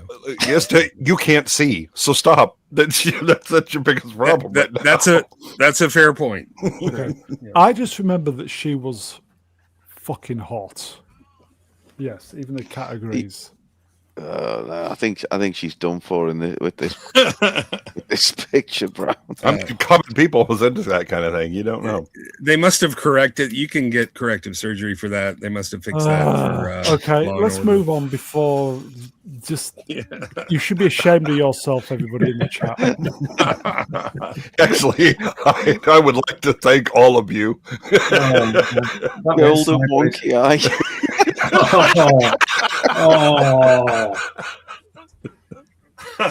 Echo, behave. Yeah, Echo Chamberlain for the win there, man. Yeah. Okay.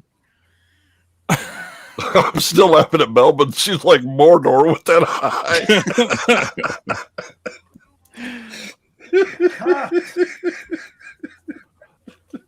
The cat is quiet all day. As soon as I start streaming, fires up. Natalia Simonova, Isabella Skorupko, Golden Eye. Well, she does not have a lazy eye. She was nice in the film as well. I thought she was. She was quite good in the film. There you go. Melvin Deeply, he's on for Wrenched. What a spot. Isabella, in my top 10, her daughter's hot too. There's a sportsman's double fee there, mate. Do you know what? In the Bond films that Amazon's going to make, you'll never get pictures like this of the leading ladies. You'll never get it. Nope. Anytime you'll see them look like this is on the red carpet, and that's it. Never pictures like that to support the movie. Yeah. It'll be some fat, blue-haired horribleness. If they're really attractive, they'll be covered from head to foot. Do you know what I mean? You won't see any skin or anything. She'll be in a burqa. Benjamin here. Are we going to go there, Ben? What are we doing? Pack it in, boys and girls. I did. Cider's right. Now that he said it, I can see it.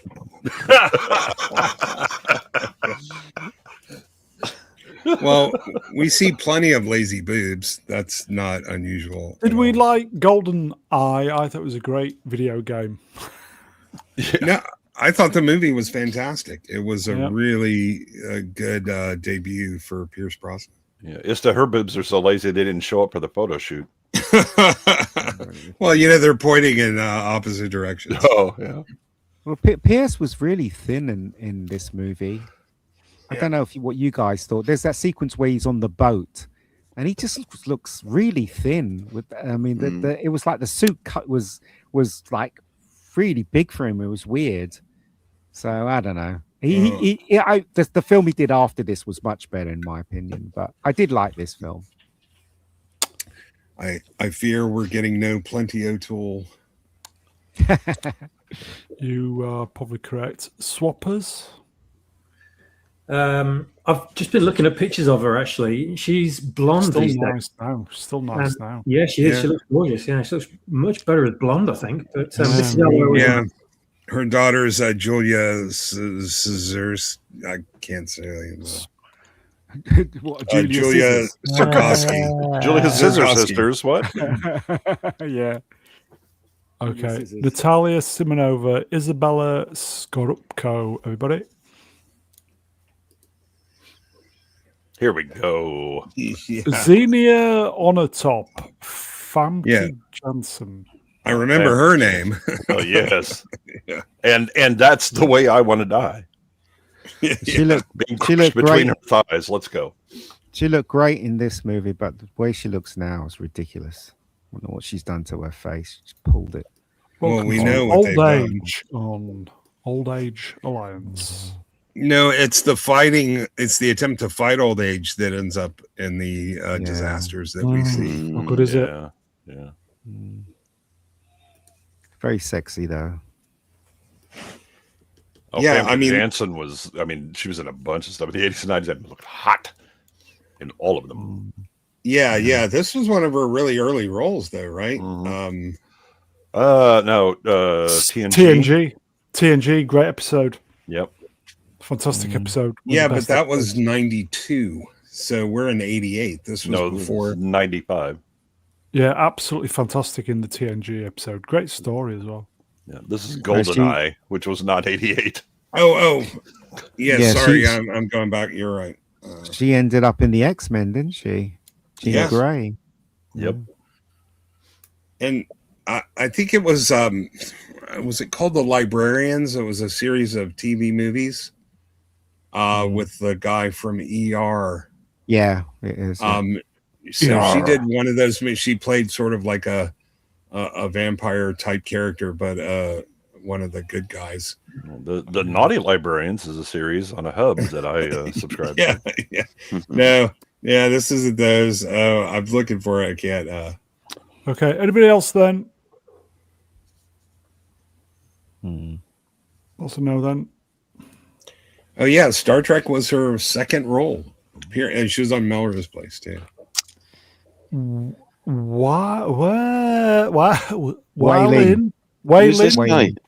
Yeah. Michelle Yeoh. Michelle Yeoh. Tomorrow Never Dies. Actually, she's not ugly, but I never fancied her when I was watching this film for some reason. I don't know why. Well, it's because I've had toothpicks that had more fat on them than she did. I mean, yeah, but she's good fight. She's a good fighter though. Yeah. Much better in Section 31. I think she was one of the very first Bond girls that I didn't actually fancy. But I'm not saying she's ugly or anything. Yeah. She's very pretty, but personally, I didn't fancy her in this Bond film. There you go. Okay, then. So we have got a vote going. Vote for your favorite Bond girl: Pam, Bouvier, Carrie Lovell. Oh, yeah, Famke was in The Faculty too, which is a really awesome underrated horror movie. Yeah. Okay, from the top. Vote for your favorite Bond girl: Pam, Bouvier, Carrie Lovell, Natalia Simonova, Isabella Scorupco, fit. Xena Onatop, Famke Janssen, Waylon, Michelle Yeoh. Oh, let's give it to old Wonky Eye. Come on, guys. Take pity Wonky on her. Okay. We will leave that running for a bit, yes? Wonky eyes, one look at you and I can't deny. Well, to be fair, there's two looks at you. With those eyes. Wonky eyes. I don't think she's got a wonky eye. Okay, should we do this? We'll got one super. We'll do it now. Dutch Gradient Wrench will spot $2. License to Kill, the second half of Live and Let Die. Ooh. Yeah, pretty much. I'm sorry, the Dalton movies just left my brain. They didn't really stick with, other than the wonky time that he said Donkey Shane, and I was like, that's not how you say that. But he wasn't a great Bond for me. Really? I think it was what do I know? Cheers, Dutch. Okay. Shall we? Rain Man. Oh. Great film. Oh. Yeah, I'm doing well this film. Yeah, seen this one. What a fantastic performance by Dustin Hoffman. Yeah.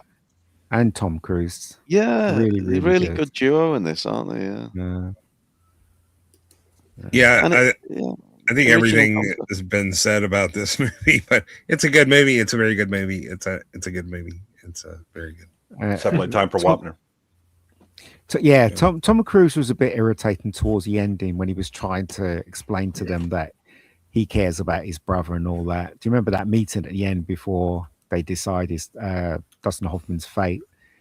He was getting towards that irritating thing, but thank God it wasn't long enough for you to hate his character. But I actually think this is a really good movie, and it deserved the awards it got as well. Dustin Hoffman's performance was amazing, absolutely amazing. Yeah, I was going to go ask, what's the verdict? Did he go full R or did he go just under?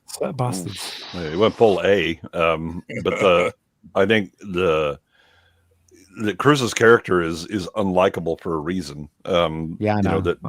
And at the end, he's kind of had this, awakening of caring about it, whatever. It was like, yeah, but you're still not fit to take care of him. Because you want to isn't enough. Well, that's what they were trying to explain to him, but he was being an arsehole a bit, wasn't he? Yeah, because again, it's because he's kind of an immature prick to begin with, and while again, because I want something, that doesn't mean that it's the right thing for his brother or. Yeah, you see maybe sort of wrap up prematurely in this kind of way, though. But I honestly thought that it deserved the awards it got. It was a very entertaining movie, and again, Dustin Hoffman, what a fucking amazing performance! And what more could you say about this movie? So if you was to, would if modern audiences were to watch this, I might get in trouble for this. Would the Dustin Hoffman characters seem normal now? I think they'd insist he's played by an actual disabled.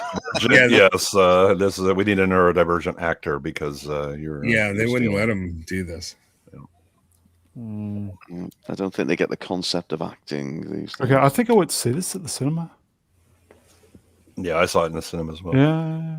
The funny thing is that would be amusing given that Dustin Hoffman is in this movie, and in Marathon Man, because Hoffman is a method actor.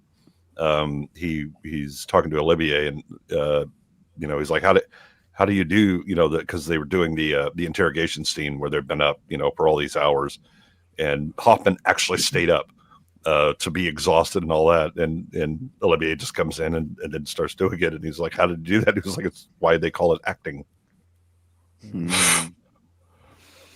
Was he counting cards in this movie? Yeah. He counted everything, toothpicks, everything. I've probably seen this movie once.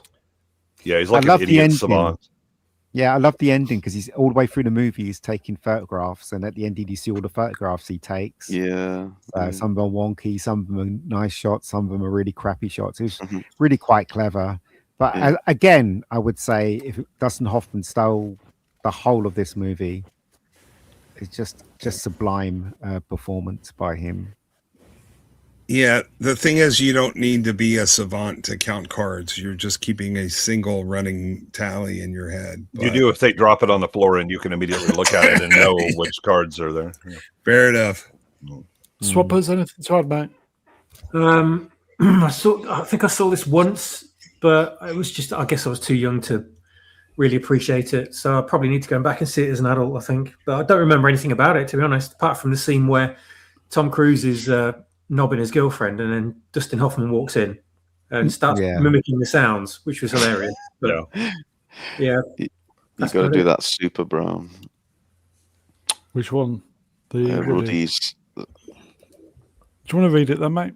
Yes, Ruddy's on form. He says Rosie Jones will be cast as Rain Man. Oh my god!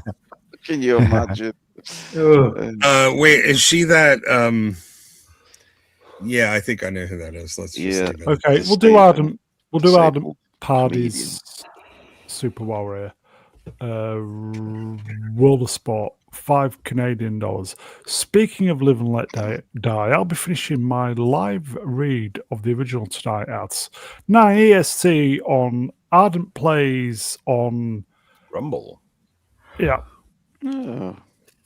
There you go, folks. Good on you, mates. Okay, shall we move on then?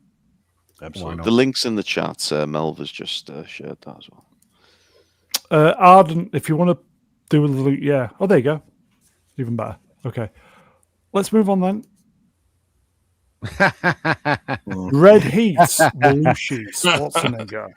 Top 20, really? You know what? I saw this film when I was in Venezuela, right? And in Venezuela, the girls outnumber the men. So my family, obviously my dad comes from Venezuela and we went visiting, and this film was showing there, and the men, they're all kind of macho in Venezuela, and you should have seen the queue for this film. It was, I kid you not, it was like a football match. It was like the crowd of a football match. That's how many people want to see this film. I eventually got in, and I was laughing because they had subtitles in Spanish for everybody, but because obviously English, I can understand. I was laughing 1 minute before everybody else started laughing at certain scenes. So yeah, this film reminds me of when I went to Venezuela. Basically, it's a good film. I thought it was all right. Walter Hill directed it. He did a pretty good job. Yeah, I think I remember little of this movie. I thought there's actually a better kind of similar setup with cop stuck with a bizarre one called Dead Heat with Joe Piscopo, where he's the dead partner. But I always remember the exchange about the 44 Magnum. And Arnold's the whatever the hell he rattles off is the most powerful. No, everybody knows Dirty Harry has the big boy. Come on. And he was quite funny, Belushi. He was very funny in this film. Yeah. Oh yeah. I thought he was. He had a parakeet, didn't he? It was like, do you think parakeet is gay? No. I don't think it's gay. That conversation has in the car. Was it up to the usual quality of a Walter Hill film? It was. It just needed more action. It had action, but it was kind of a bit slow. It needed to move faster, in my opinion. But it was very enjoyable. I had the same ending as 48 Hours, where in 48 Hours, where what's his name? Who's the not Eddie Murphy, the other fella walks through the steam. And it's the same thing with Arnie. He walks through the steam at the end. Yeah, it's the same show. It's the same scene at the end. So he was literally copying the last film he made. So it was a good film. I thought it's been a long time since I've watched this. Yeah. Swappers. Go on. Sorry. It's an okay action movie, but I mean Arnold's popularity at the time is what really sold this. But I wouldn't even put it close to his top. Like, it lacked the campy ridiculousness that Commando had. But it was like you said, it's another odd buddy cop movie. There were some jokes at the time because there were communism jokes that were funny that probably would go right over people's heads now. But it's an okay. I'm not even sure I would go to the theater to see this, but sure, popcorn on a Saturday night kind of thing. Swappers? Nothing special. Yeah, I'd agree that. I'm not really anything special. I don't remember much about it. I've only ever seen it once on home video, but a long time ago. But I do remember, there's very few things I do remember about it. One of them is when Schwarzenegger's in a sauna. And of endurance by putting holding like boiling hot rocks. And he puts it in, and someone drops a rock in his hand, and you have to hold it in his hand for as long as possible. And he's like not even flinching. And you can hear his skin's like sizzling as he grips hold of the rock. And instead of just like screaming or anything like that, he just puts all of his pain and stuff into punching one of the guys in the face. Yeah. I just thought, that's so great. I love that. I love that so much. Do you remember that scene where he was interrogating the guy in the cell? No, and Arnie comes in and just slams his head on the table to get information out of him. And Belushi's going, "We don't do things like that in America."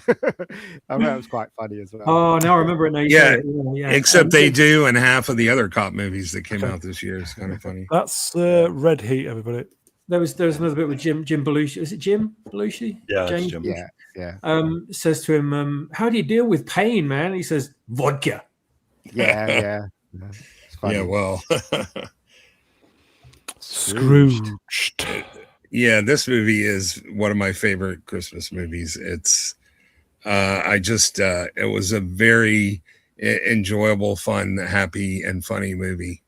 I have to say, and I love sort of the digs. See, TV and movies don't often make movies that ridicule their industry about how silly they were and anymore. And so I sort of appreciate the way this movies about the creation of a TV special that sort of makes fun of the production in itself, and it's probably my favorite take on the Christmas Carol. Ruin, you've seen this one? I don't think I have. I've seen bits of it, but no, I don't think I have. Oh, sorry. I do like Bill Murray, it's not, I like Ghostbusters, obviously, Groundhog Day, but no, I think I tried watching it once. It just wasn't doing it for me. I don't know. It has a cast too, man. Robert Mitchum, Jason Robards, Amy, what's her name? The only thing I didn't like about this movie was the ending. I thought it was a huge cop out, but everything else I thought was a lot of fun. And Karen Allen, oh my God, she's so gorgeous in this film. I thought Karen Allen was gorgeous, but yeah. Punchable face wrenched. Is that skeleton having a wank? Don't know. Okay. Anybody else then? Swappers? Anybody? Oh, it's worth just watching for Karen Allen, isn't it, this film? Yeah. I probably watched it once. I can't remember fuck all about it. Too busy wanking. Bill Murray in the old Widow's Peaks top 5. Yeah, don't let him hear you say that. Possibly. Okay, that's Scrooged, everybody. Naked Gun, fantastic movie. Yeah, I mean, one of especially these films I just didn't stop laughing just till the end. Fantastic. Yeah, sorry, mate. I mean, go ahead. Well, I mean, the thing was that I remember watching Police Squad on TV, and it was hilarious. Amazing. But it's kind of the end of that, and then all of a sudden, a few years later, here comes a movie on the piles. I was like, all right, I'm in. Let's go. And yep, it was all of that just turned up to 11. Love it. Loved every moment of it. Thought the ending was really funny when there was it a baseball thing with the Queen and just absolutely hilarious. The whole of the movie. I think I watched it a couple of months ago. It is free on YouTube. Everybody, this.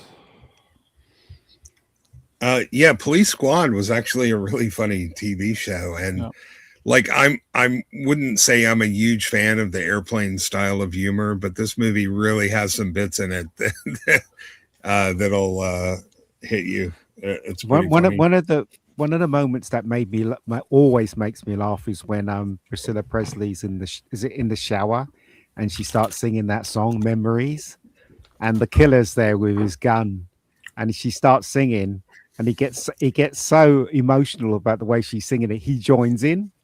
Towards the ending of the song. That always makes me laugh.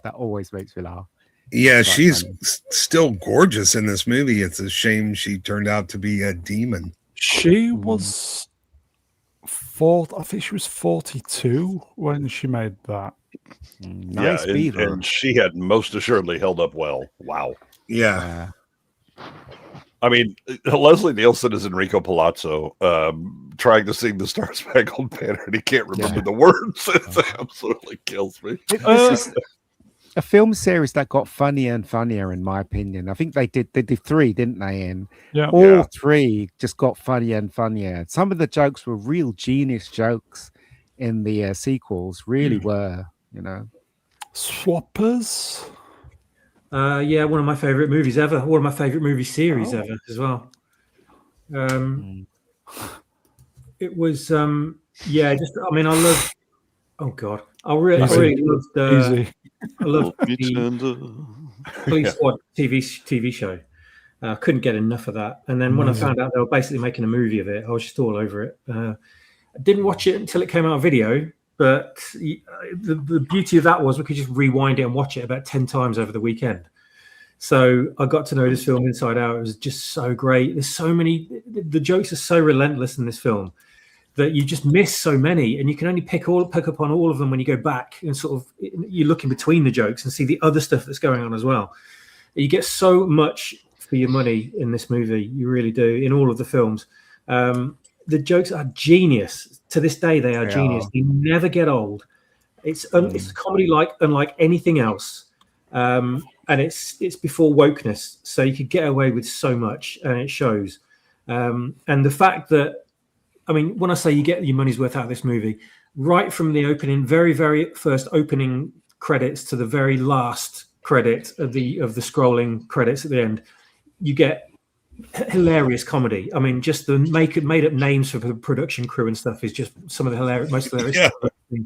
Yeah. So if no one's out there seen it, then what the hell are you doing? Slap yourself in the face and just go and get on YouTube and watch it. It's so good. The sequence where they have the credits and the cars driving everywhere.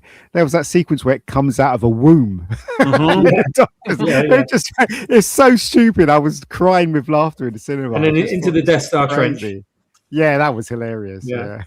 Again, it was Police Squad turned to 11 because it's how Police Squad, it opened with following the siren, and then did anybody rewatch this before the remake came out? I've not seen the remake. No, okay. I never. Ruin, Naked Gun. Is this the one with the blow up autopilot? No, that's That's Airplane. Swapper's gonna hate me. I've seen Airplane and liked it, but I've not seen this. Oh man, I'm not a huge comedy movie fan. I did enjoy Airplane. Okay, so you're not a huge movie fan, are you? You know what? I thought I was doing all right tonight. I've seen about at least 5 or 6. But, you need to put this on homework. It's really good. It's free on YouTube as well. It's really good. Yeah. It's proper good. It's proper good. They did copy one joke though, didn't they? The joke with O.J. Simpson in the hospital, and all that stuff happens to him. That's straight from the Lauren Hardy sketch, short film. Have you even seen that one with Stan Laurel and his legs in plaster, and then all these things start happen to him in the hospital? Anybody see that? No. Yeah, it's like they ripped it off. Ago. Yeah, it's like they ripped it off. Well, a lot of these gags come from old vaudeville days. Yeah. That is The Naked Gun. I watched it a couple of months ago. It's great. It's still really great. Okay. Yeah, get on it, Ruin. Okay, mate. It's fantastic. Free on YouTube. Nice plug. Okay. Yeah, no excuses. Free on YouTube. Get over there. The Serpent and the Rainbow. Never seen it. I did because I was like, oh, Wes Craven. I like his works. And then I watched this and I was like, which one of us was more high watching this? Because none of this, I mean, it had a great trailer, with the Don't Bury Me, I'm Not Dead. But then you watch it and you're like, this is a bit of a slog. This is not great work. Yeah, I don't think I bothered to finish this. So I don't think that Wes Craven bothered to finish. Never heard of it. Yeah, it's very incoherent. Anybody else then? No, never seen this one. No, never seen that. Anybody in the chat watched it? Yeah, Ejecta loves it. Yeah. So this is a top 20 movie, really? What? We've got 40 alsos and honorable mentions, and this movie booted one of them out. Okay, I'll just I see. You're questioning the logic. Okay, I'll just say again, everyone's a critic. Shall we move on? That's why we're here. Here we go. Oh, shit. That's my favorite documentary of all time. Live. Was this the wrong year? Oh, was this released in your area in 88? I was thinking this was 87. Well, we didn't do it last week, did we? No, but we definitely didn't. No, it was released in 88. Was it 88? Okay. Yeah. Was it? Prince of Darkness was before then. I've not seen this. What? Really? Really? I don't want to hear you say another word to Ruin about movies he hasn't seen. God damn. Boots, Brown. Shame on you. Yeah, Brown. total homework movie. Like this is absolutely. Yeah, They Live is fantastic. This is the movie that seeing it, you realized how brilliant Carpenter was at making a very low budget movie look much better than it should, and working around the constraints of budget. And whereas now we'll have to throw 300 million at it or whatever. It's like, here's $1 million, get to it. And so the everything is going to be subliminal. That's cool. But the way we're going to do it, we're going to shoot in black and white. Yeah. Oh, okay. And then you're going to wear sunglasses, and that's going to let you know when that was like, oh, that's really clever. There is one really good effects shot in this. They kind of saved up their money, and then they go, okay, here you go. And it's the gravitational lens transport thing. And that is kind of a jaw dropper when you see it, having seen everything else. But I mean, this is such an amusing movie. Now, if this was made today, it would absolutely be classified as woke.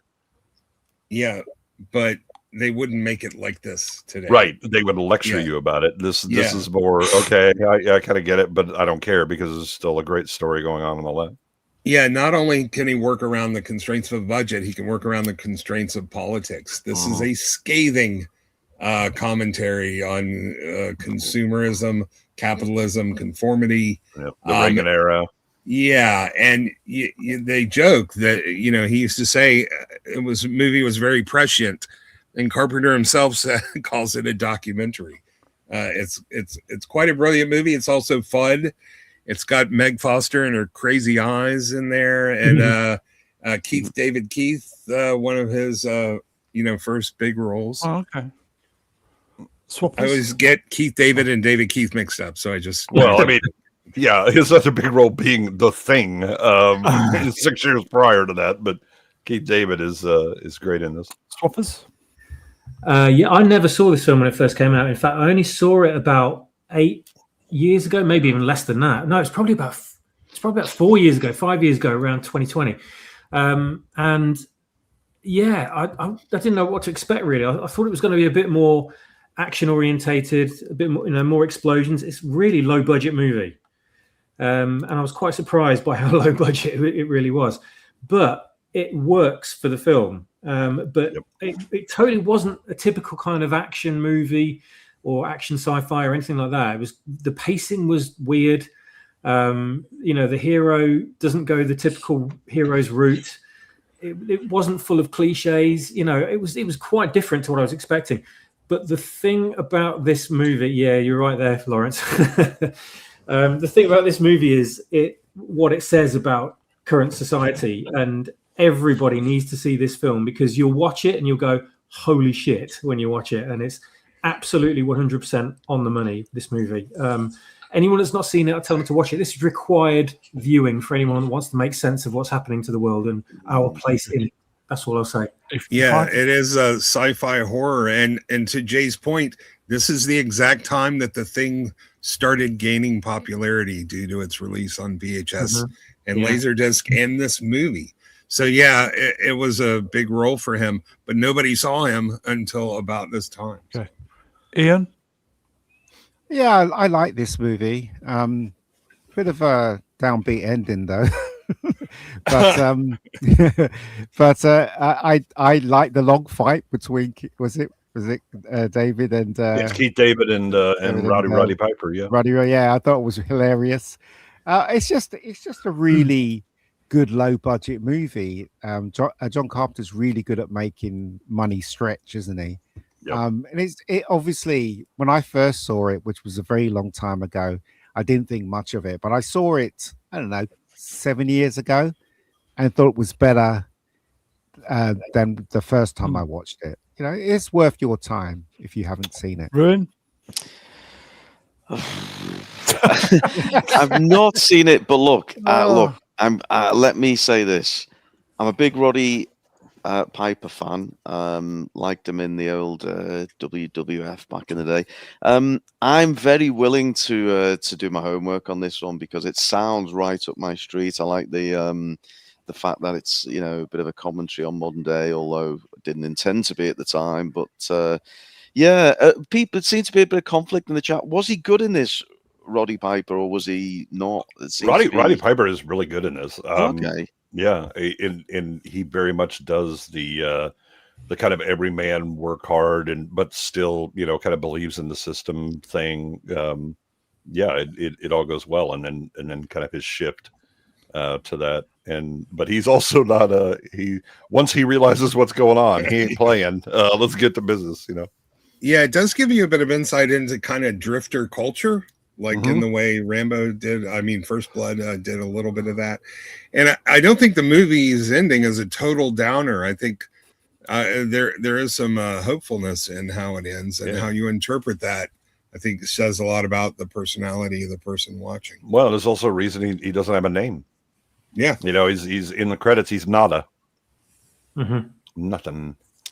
The fight scene in this film between the two main characters is said to be protracted for that long because it's supposed to be an allegory for how difficult it is to wake people up to what's going on in the world. So he has to fight him like almost to submission to get the glasses on his eyes so he can look and see what's actually happening. Yep. I'll tell you what, man, Ruin, if you've not seen it, this is 100% required viewing for practically anybody now, I think. So I promise you on this one, I've seen the meme, I know the line, I like Roddy, it's ticking all my boxes. Okay. Yeah, there is some interesting subtext in his unwillingness to even give it a chance. He knows he's not going to put those things on because he doesn't want his illusion shattered. Yeah, and again, there's for a low budget kind of action sci-fi horror movie or whatever, there's some really legit, like human psychology in it and all that.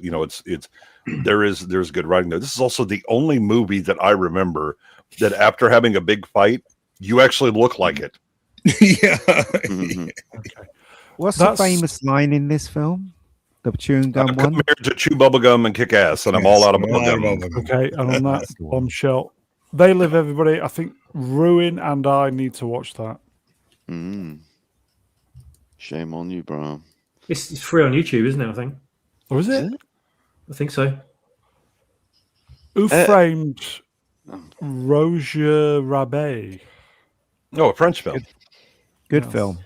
Yeah. Good film. Good. Thank God I've seen it. It's kind of groundbreaking, wasn't it, in its day? That combination of animation and live action. Yeah, we hadn't really seen anything like that since Song of the South, Disney.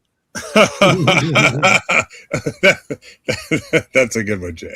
Who's the animator again? The guy who did this. Oh, it's a Robert Zemeckis film, isn't it? Yeah, but the animator, I knew him when he was alive. God, why can't I remember his name? Because he did the Pink Panthers as well. So basically, where I was working in post production, his company was above the level up. And I remember meeting him on the staircase when I was going home, and I was talking to him about Roger Rabbit, and then he said, "I'll come up to my office," and then he showed me his Oscar, and he showed me all these awards that he had and everything. And he was working on The Thief and the Cobbler. I don't know if you remember that film. He was working it, and it got taken away from him. Are you talking about Richard Williams? Richard Williams, yeah. He was working on this film called The Thief and the Cobbler. It was very, very detailed, and he showed me all the drawings that he did. But as the year went on, the money ran out, and the company that owned it just took everything away from him. Damn. Yeah, it was terrible. Absolutely, I remember seeing all his stuff being taken out, and him just sitting in the corner looking really depressed. That's awful. It was awful. Yeah, awful. Yeah, that happened to a lot of the early comic book artists and animators. It was just the business was horrible. But for those who don't know, Jessica Rabbit was based on one of our contestants from the previous contest, Veronica Lake. Mm-hmm. And Bob Hoskins, he after doing his film, he said he keeps seeing rabbits. Even when he was at home, he kept seeing rabbits. Isn't that awful? Yeah.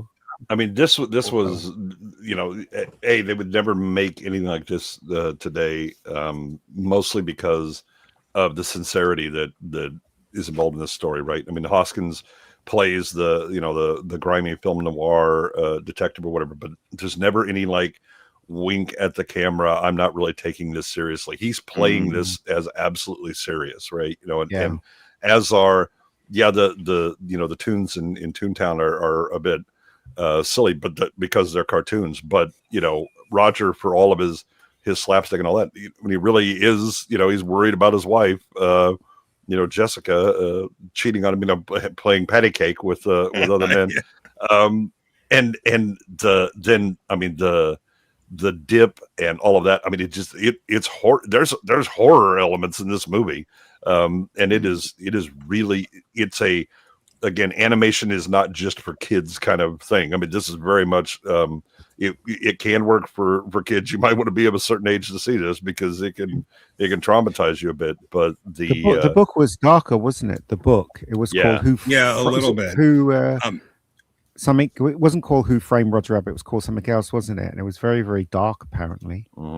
Yeah, I think maybe people today don't understand what technical achievement this film was at the time. Oh, yeah. It's very groundbreaking, and the fact that acting was so good, even though they were acting against nothing for a large portion of the time. There you go. Professor Atu, Reg will spot Prof. This movie is made by Hoskins' performance and the ability to sell his interactions with nothing but his imagination. Richard Williams had to do all the animation, and then Industrial Light and Magic had to go in and put all the shadows on the 2D animation to making them look like they were actually there. Who would have thought you could actually balance a noir detective story, serious deadpan, with cartoon craziness and zaniness, and they pulled it off. If somebody described this movie to me, I would say no way they could do that. And also, it brought together characters from different studios, like for the first time, and it did rekindle an interest in animation for adults that hadn't been there previously. Daffy Duck and Donald Duck. They had a scene, remember, they were on stage. It was fantastic. Which one wasn't wearing pants? Anybody else than Roger Rabbit? I absolutely loved this film. Still do today. Actually, I need to watch it again because it's been so long since I've seen it. But this film's just amazing. Absolutely amazing in every respect. Technically, mind-blowingly good. This is such an achievement, this film, for the time, considering the technology they had. Before that, we'd only seen like Tom and Jerry in live action or overlaid on live action films, and Mary Poppins, things like that, kind of rudimentary, only limited length of time. But this was an entire movie of it. And my God, what an amazing achievement. All the coordination of things that weren't there, and the actors and animatronics, and all the whole combination of everything that made everything so believable. And a brilliantly realized story as well. Obviously taken from the original book, but really greatly adapted to this film. And the creation of the new characters for the film as well that we'd never seen before, like Roger and the baby and his wife, Jessica Rabbit. It was just universally loved by everybody. Bob Hoskins, what an amazing performance. I just can't say a bad thing about this film. Everything about it, all the jokes hit. You can still appreciate it as an adult as you can as a little kid. You appreciate it in different ways.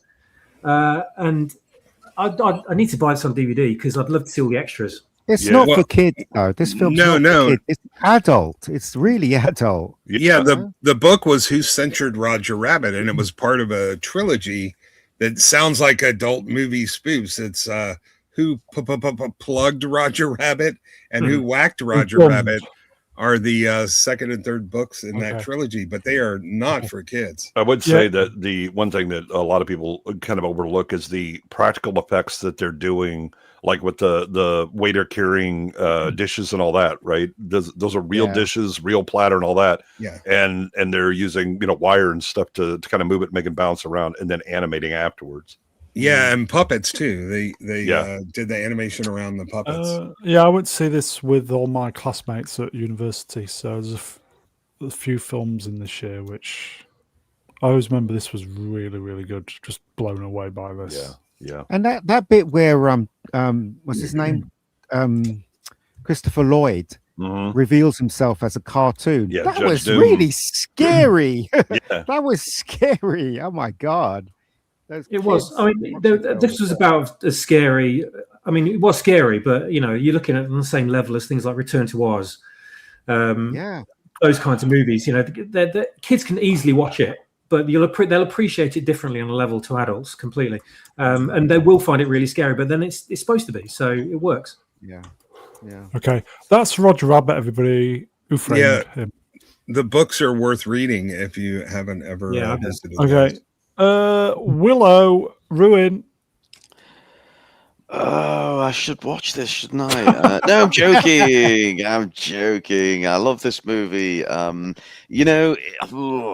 It's a bit shit. It is a bit shit, but it's shit, but it's good. You know what I mean? It's good shit. Is it good shit? It is, but it's good, and Warwick Davis is fun. Val Kilmer makes a good hero type character. The woman in this is strangely alluring. There's more than one even. Yeah, I think I rewatched it recently. I don't know if it quite holds up, really, if we're honest, but it's a good, fun adventure romp. I remember it fondly from my youth. Yes, I like it. Well, I'm gonna say when this came out, it was okay. I wasn't all that impressed, but it wasn't horrible, and I'm a pretty big Val Kilmer fan. But before that thing that they put on TV, I'm not even gonna. I rewatched the movie, and you know what? I disagree with Ruin. It held up well. It was actually a very exciting, joyful sort of fantasy romp. Something that we don't get anymore in this age of just nihilism and darkness. So, I think the movie plays better now than it did when it came out. And of course, the less came out. What? Great idea. The less to be said about the TV show, the better. Nihilism. Ian, new movie title for your next project: Nihilism and Darkness.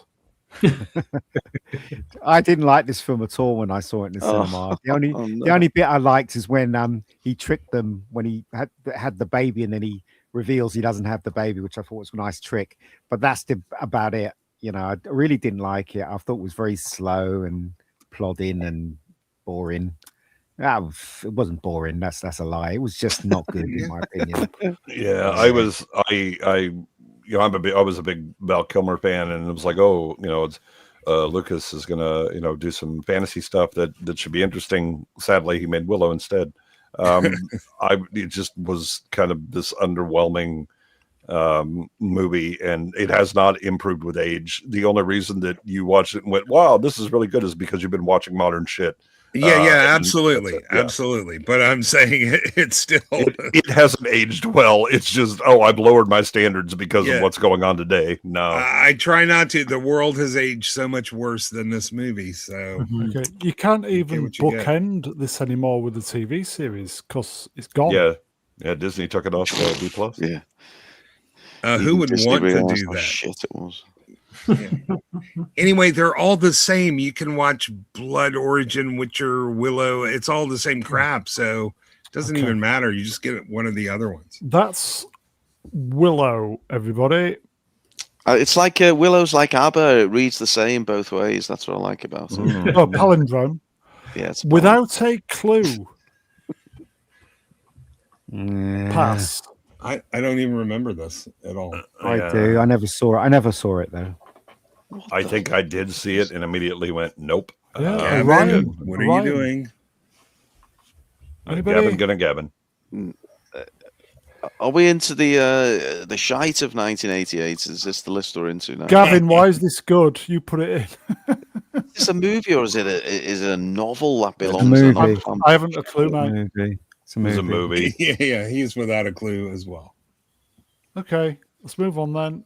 I mean, with that casting, you think it'd be pretty good, wouldn't you? But I don't know anything about this film at all. Well, it was a Dino De Laurentiis production, so Mud Crab numbers wrenched fun.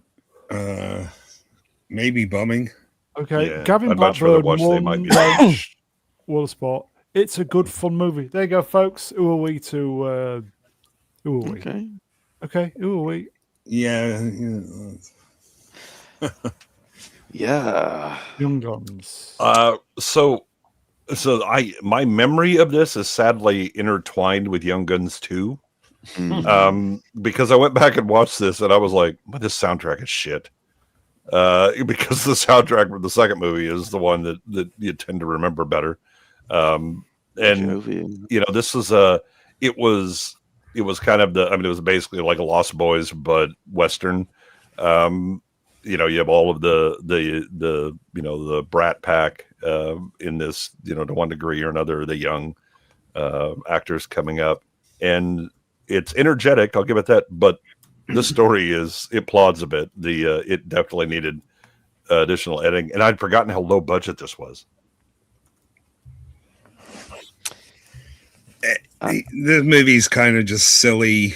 I found it impossible to take kind of seriously, but even if you watch it as sort of a fun, jokey, I don't remember anything about this except I wasn't impressed. I think I've watched it once. If I can't remember. Now, The Quick and the Dead, that's a different story. I expected similar things from both of those movies. I got a lot more out of the second one. I don't know what year. I mean, I've seen this. I'll say that first of all, and I liked it. I've got to say, as a kid, I think you're right. It doesn't, it's bear in mind it's based on a real person. It doesn't really represent the history, I imagine. I don't know what year Tombstone would fall into, but if I was comparing it to a well-done movie, the Tombstone for me is far superior. Can't be far off. What was that? Early 90s, something? I don't know. Yeah, I mean, Silverado is a better Western than this as well. Silverado is a great Western. Tombstone was 92 or 93, I think. And Durkee, there's diversity. Look, there's a Filipino guy, right? Filipino chick at the back there, yeah. Ludo. Yeah, Okay. That's Young Guns, everybody. Okay. Should we do the votes? Okay. Vote for your favorite Bond girl, Pam Bouvier, Carrie Lowell, or Lowell, should I say?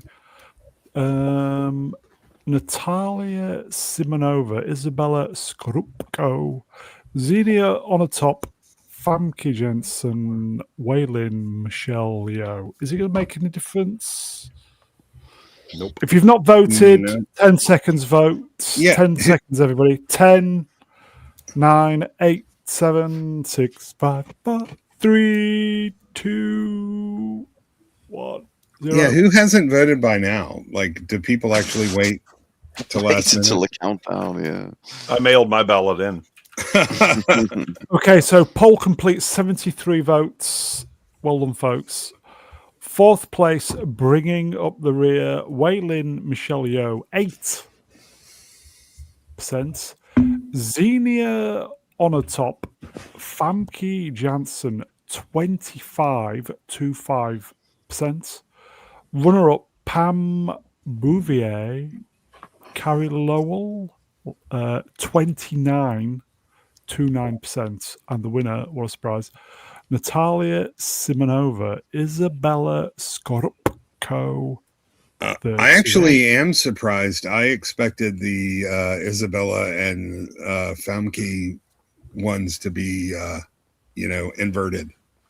Okay. I thought Famke Jensen was going to take it all away. Okay, we're going to quick... Go on, mate. Oh, I'm just saying I'd like her to take it all the way, yes. We're going to quick... take it away.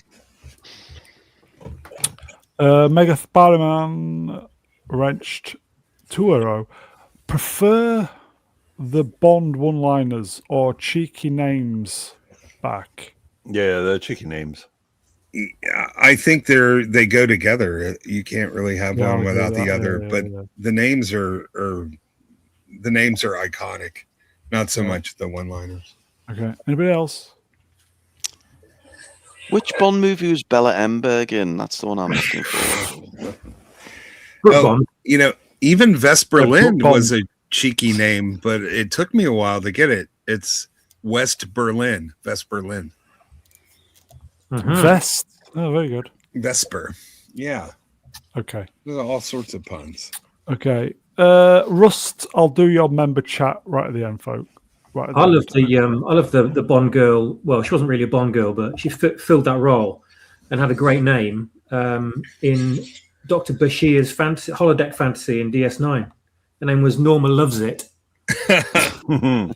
I was thinking Plenty O'Toole. Well, I'm still wondering. You're going to be thinking for a long time, mate. Okay. Ruddy.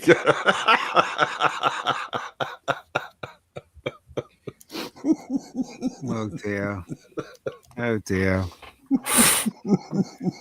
Wait, Swappers, what was that name again? It already fell out of my brain. I think that's comment of the night there, folks. Okay. Shall we? All right. Honorables. Okay, we'll blast through these. Action Jackson. Next.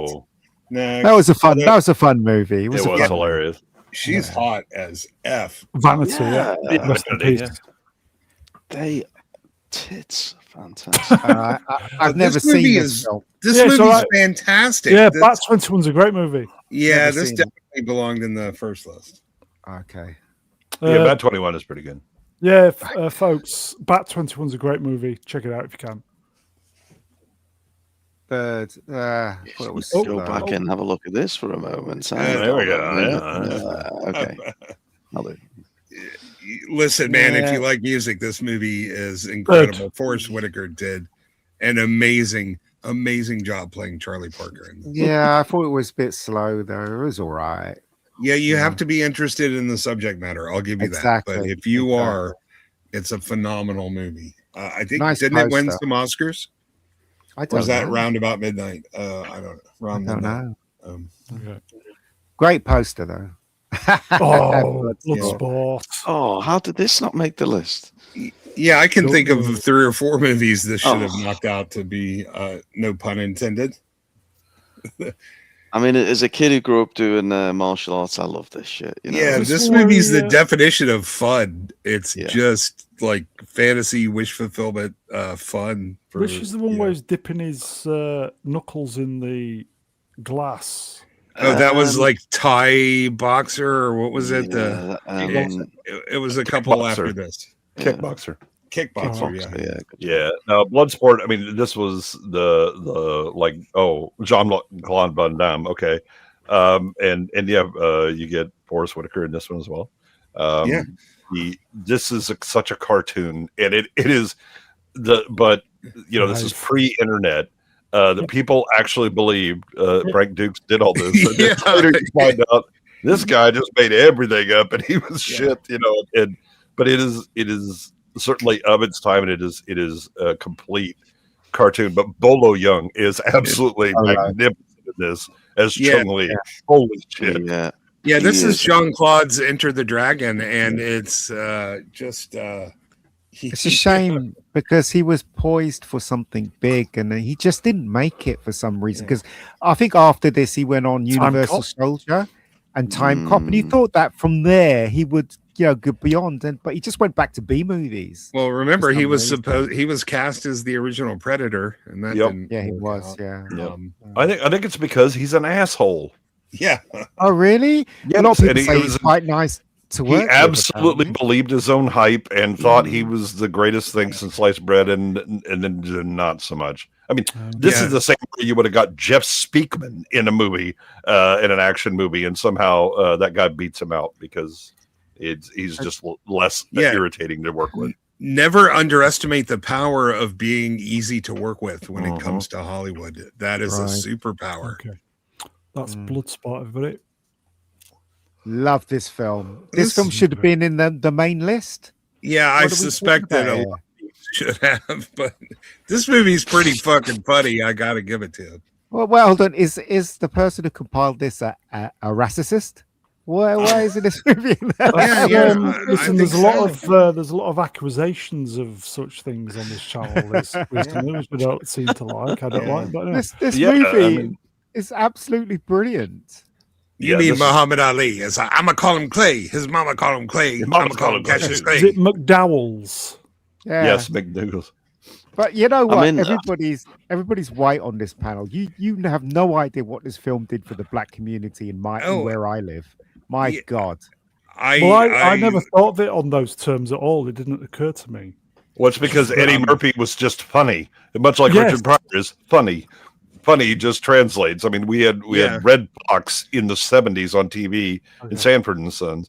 For all of the oh my gosh, the race or whatever. Nah, I mean, especially growing up, it was like, are you funny? All right, then I'm gonna laugh because you're funny. And we loved Eddie Murphy in Beverly Hills Cop, in 48 Hours, and all this stuff. And Coming to America was just like, oh, another Eddie Murphy movie. I'm going. Let's get to it. And then to see James Earl Jones, who, everything you'd seen him in, he's a very serious actor or whatever, and he's still playing that role in this, and it is so hilarious. Arsenio Hall, who I had seen like the previous year in Amazon Women on the Moon, and I was like, oh, I know that guy, and just this movie is a riot, and there are so many gags. It's a very good movie. Yeah, this was the first time Eddie Murphy started playing like multiple characters in his own films too, right? Which, because the was it the Clumps? That's a good movie. Yeah. Well, I'll say, I'll tell Ian, I'm not black, but I've always lived in fairly integrated places, and I'll tell you, I did know what this movie. Because it was packed every day. Before this film came out, there wasn't any kind of romantic comedy. Well, there was, but it wasn't as more prevalent as Coming to America. And I remember the first time I went to see it here, right where I live now, with my dad and my mum and most of my family. We got into the cinema, and every seat was taken, and you couldn't see a white face. There was a few white faces in there, but it was just black people. The Usherettes. And they just laughed at every joke, and especially when they had the soul glow, and the people were sitting on the couch and they got up. You have the wet area afterwards. But the cinema almost, I swear, the cinema almost crashed down on us because there were so many people laughing. So it meant a lot to the black community in Battersea, because everywhere you went, everybody was talking about it. So I don't know what it was like in America, but over here it was something else, man. It really was. It was huge. If you lived in any kind of integrated neighborhood, the theaters were packed, and I always viewed this as his apology for The Golden Child. Like, this is a movie he was trying to. And he should have apologized for The Golden Child. Yeah, absolutely. Ruin. I have seen this one, and and I like Eddie Murphy as well, by the way. I think he's just a legend, actually. I'll just early observations. Why is this list better than the main list? Gavin! This is not the first time, Ruin. Racism is the answer. We just covered that. Well, I think we know who the racist is, because I saw it at integrated theaters, but Ian managed to find the only all-black theater to see this in. It wasn't that in those days. The majority of, I live in a place called Battersea. It was multicultural, but now Battersea's becoming this. It's like Chelsea #2. So there's a lot of people with disposable cash living down here now. But as I said, it was mostly a multicolored place, and we see Eddie Murphy and he's black, and it's a romance and it's a comedy. There's going to be no black person that's not going to go and see this film. They're all going to crowd into the cinema, and that's what happened. Well, yeah, so, Murphy was a huge draw, but so about 10 years after this, I was living in a place trying to get sober with a lot of other people, and we had like 4 videotapes, and 2 of them were this movie and The Nutty Professor, and probably watched it 3 or 4 times every night. Okay, I think that's where I watched this on VHS when it was released, so probably I'm like Gavin. We didn't see this in the cinema for the full experience. Yeah, it's a great movie. Don't get me wrong. Sophia Myles. I used to know her before she was famous. Oh, she's gorgeous. We were both unemployed at the time, and I used to meet up with her. I remember we went into HMV, and this is her favorite movie, and it cost £5, and we only had I had £2, she had whatever 3 or whatever. So we put our money together, and I said to her, right, you watch it first, and then next week you can give it to me. I never saw the film again. she never every time I saw it, she goes, oh, it's still at home. I'm like, what about it's my turn to watch it now? She'd never give it to me. It's a crime against humanity. Sophia Myles wasn't made the next Doctor's Companion, because that's when Martha was leaving, and that episode would have been a perfect introduction for her. Okay, that's Swap, has anything to add? Did you say anything? Can't remember. I didn't know, but absolutely loved it. Absolutely loved this film. The fact that, man, what's happened to the world? We could watch movies like this and not think once about race. Exactly. Yeah. And but now we're smashed in the face But I guarantee you go into any detox in this country, and you're going to see a copy of this and the Nutty Professor. Yeah, any one of us on this panel can say we love this film, and then we will be called out as wrathful. Oh yeah, because it's absolute bullshit, absolute fucking bullshit. Well, you're racist if you don't like it, but then you're racist if you do. James Woods, Cop. I remember this film. I enjoyed this film. It's very violent and it's very rude. What can I say? Is this where all the world leaders get together and cut jungles down to? No. There's a scene in it where somebody's blackmailing him, and they say to him, "Here's a picture of you sleeping with so-and-so's wife," and they give it to him, and he goes, "So what?" He chucks on the tape, and he's like, "So what? What are you going to do about it? I slept with her. So what?" Once he didn't know, the line is something like, I can't remember, I'm paraphrasing, but the line is something like, he shows him the picture and says, "What do you think you were doing?" And he takes it and looks at it and just goes, "What do you fucking think I was doing? Baking a cake?" Something like that. Anyway. Yeah, it was really funny. Charles Durning is in this. It's a serial killer kind of. I remember it not being that bad a movie. It was based on a book, I think, Blood on the Moon. Oh, okay. James Woods, though. James Woods was amazing. He's really always good. Always good. Yeah. I still need to see what was the Hard Way? Is it with him with Michael J. Fox? Amazing. That's a good movie. This is like he's the same cop from that movie, but without being funny. But there is a thing. He's chasing a serial killer, and he ends up at a feminist bookstore in this movie. So that scene right there, it's worth the price of admission. It's This is really. He's been cancelled, hasn't he? He's been. It's James Woods does Dirty Harry. He plays poker now anyway, so he doesn't give a shit. Yeah, that's Cop. I saw it. I think I saw it. I was really young, obviously, but I only saw about half the movie because my dad was watching it. I was kind of in and out of the room, but I remember seeing the last sort of, third of the movie and thinking that third was amazing. So I want to see the rest of it. But the final scene in that movie, oh man, it's great. What a great ending. And it just finishes and you just think, wow. And the credits roll. And it's just, I've got to watch it again. It's so good. Which movie is that? This one? It's got an 83% on Rotten Tomatoes. So. James Woods is brilliant in this film. Nobody fucks with him. For somebody who's canceled, it still has an 83%. Exactly. Yeah. Okay, that sounds like a homework movie. Love this film. Crocodile Dundee. I like the second one. I don't care what anyone says. This film was quite fun. It was a lot of fun. You didn't like it? No. Okay. Right. What's wrong with this one then? It's not the first one. It's kind of a recycled schmuck. I mean, this is like in the 80s we had a lot of sequels that should have never happened. This is one of them. And the next one, another neo-noir movie, 88 was the year for neo-noir. This was a good movie. This is so if you've seen the original DOA, that's kind of an icon of film noir. This is a better movie.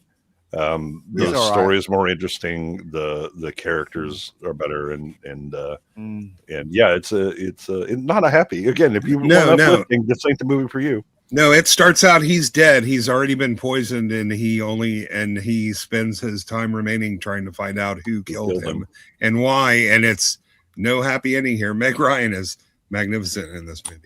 Ruin? No, don't know this one.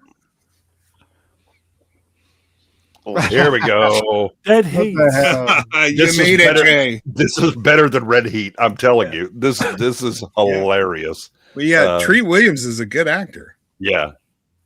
Joe Piscopo was actually pretty good as well. Never heard of this. Yeah, he's not bad, but he went insane at some point and decided to take all the steroids. But Darren McGavin is in this, who I love. Vincent Price. Yeah, it looks like he's taken some of them here, but he had already started on his roid journey. Yeah, I remember Treat Williams. I've always found a very impressive actor, even though he for a while had a very small catalog of impressive indie movies. But this is better than Red Heat. I remember this movie being kind of more fun than I expected. Yeah. Anyone else? I've never seen it. Never heard of it. I've never seen it. No. Ruin?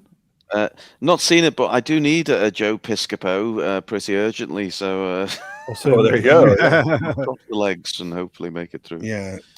Frantic. Oh. I'm having. I know I saw this when it came out. I'm having trouble remembering what it was. Didn't like this film. Did not like this film at all.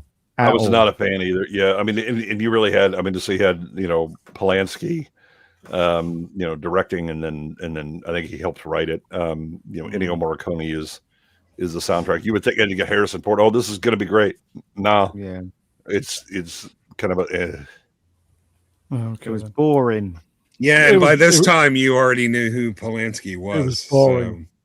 I like the poster though. If you just it's because it's a good up the arse corner submission. Oh yeah, cheeky one, yeah. There's a good scene in this film where the delectable French girl that stood behind him here is hanging on to the bonnet of a car, the hood of a car, as it's going through an underground car park. And it's swirling all over the place, and she's wearing a rather revealing outfit. So you might want to look that scene up. I can't believe this didn't make the main one. Gorillas in the Mist. Gorillas in the Mist. Yeah, I remember this one. It was all right. It was too long. It desperately needed an edit. It was won an Oscar. Did it win an Oscar? Oh, it sure as hell smelled like Oscar bait when it came out. Yeah. Okay, came out. Sigourney Weaver was really good in that, though. All I remember from that movie is just seeing scenes of Sigourney Weaver in a Mac sitting on a hillside in the rain looking depressed. So that's why I didn't watch it. Didn't she recently pass away and left a close letter? To home, swappers. Killer Clowns from Outer Space. It's crazy. This is a hilarious movie. It is again. We had a lot of comedy horror movies in the 80s, and a lot of them landed pretty well. This one is just. It was one of those that I don't know that anybody saw it in the theater, but we damn sure saw it on VHS and learned to love it. Okay, never seen it. This one. No, never seen it. This is the guy from Taxi, right? Isn't he in this? Judd Hirsch. Yeah. Yeah, I think. Yeah, I barely remember this. I know I saw it at the time. Rubbish. Oh, yeah, up the arse corner. Oh yeah. What? Yeah, we'll go with that. Okay. What? Can we fire Gavin at some point? I mean, what is it? Monkey Shines. Yeah, it's a terrible movie. It is. I mean, it's like, what the fuck were you thinking, Gavin? I mean, this is absolutely abysmal. Fuck this movie right in its ass. I mean, the only thing it did was come out in 1988. Come out? Yeah, I think it's worth a mention. Okay, let's go back in then.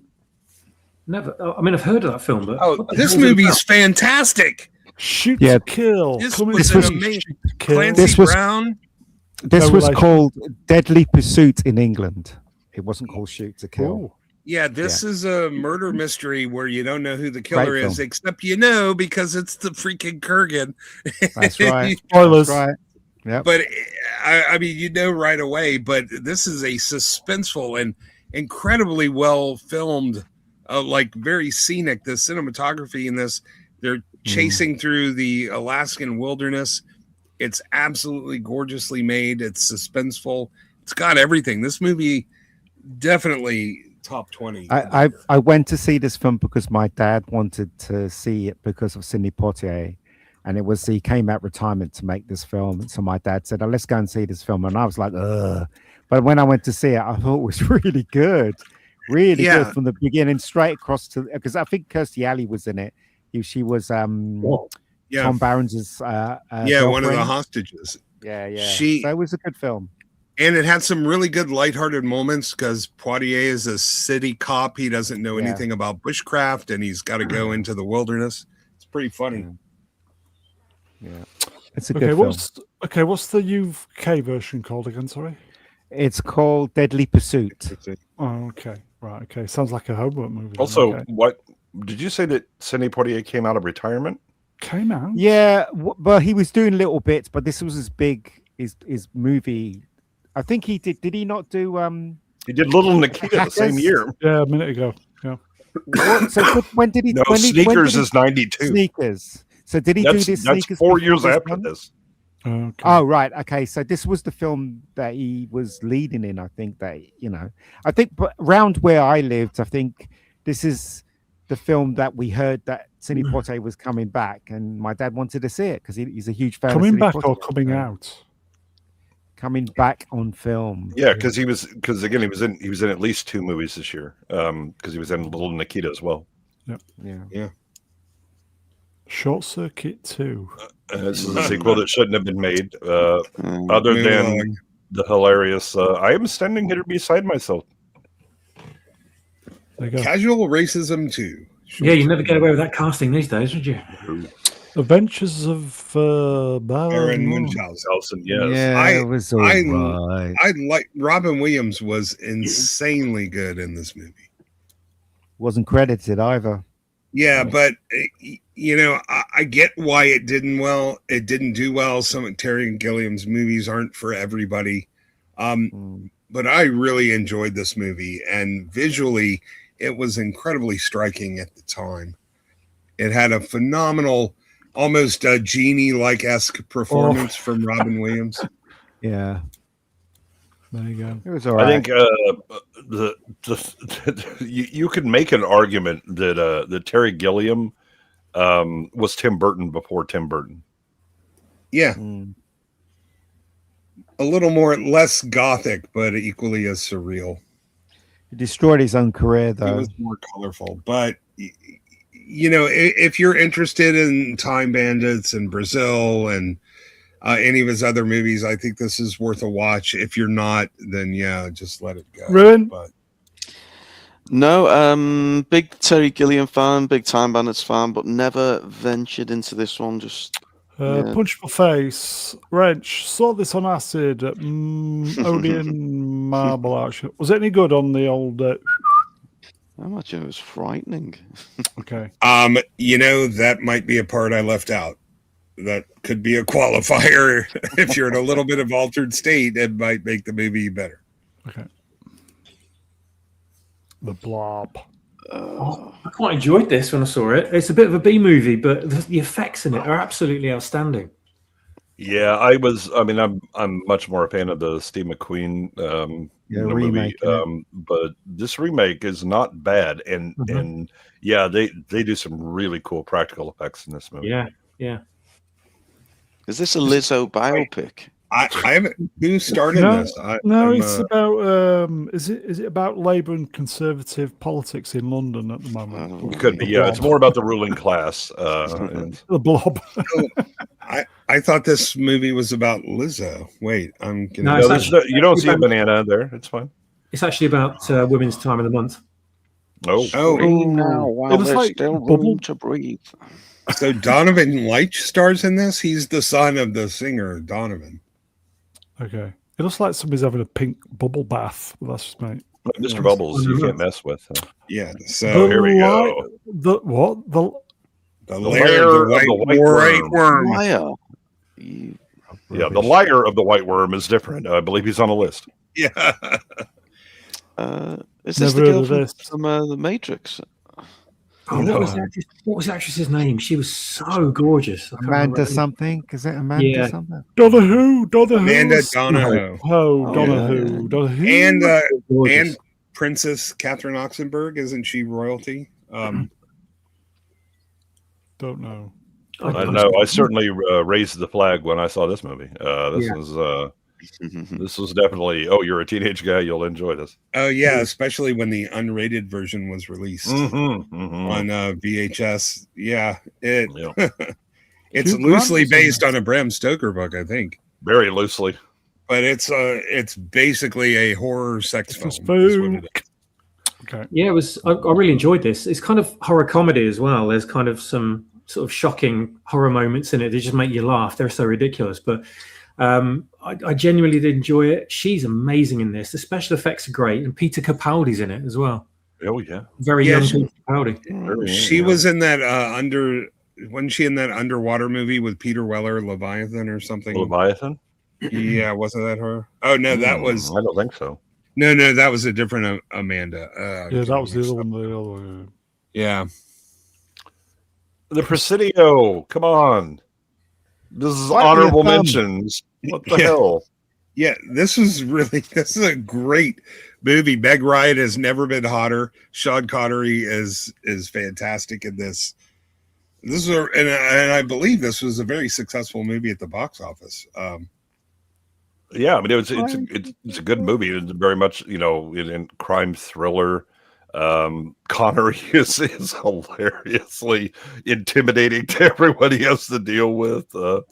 It's kind of a sad story about him and his buddy who's kind of got wrapped up in things. But Connery in the bar is hilarious, where he's like this guy confronts him and he's like, I'm going to use my left thumb on you. My right thumb is far too powerful for something. Yeah. He's like, I will defeat you using only my thumb. Yeah, my left thumb. Yes, because the right is far too powerful. This was the start of Sean Connery co-starring in big movies, wasn't it? It was this, then The Rock, and then can't remember another movie he starred in, and then Last Crusade, Red October would have been. Well, this is when he became, the older character supporting actor, but he kills it, man. Okay. What was the movie you did with Wesley Snipes? Black. No, it's not Black Rain, but it's the Japan Rising Sun. Rising Sun. Yeah. Rising Sun. Okay. Shall we do a super? Sure. Your cat's not a fan of it. Mega Spider-Man Wrench 2 thoughts on Joe Kidd plus The Beguiled. The Beguiled is a hell of a movie, and is definitely the far more interesting. Joe Kidd, it never really made an impact with me, but man, The Beguiled certainly does. Anybody else? Mm-hmm. Yeah, Joe Kidd was one of our Eastwood's early westerns. I don't rate it that high. So okay, but I want to point out Amanda Donahoe did 8 seasons of a woman's prison TV show that shouldn't be missed. Was it made by Samuel L. Bronkowitz? It's called Bad Girls, just like the movie, but TV show based on the movie. That's UK, isn't it? It was really good.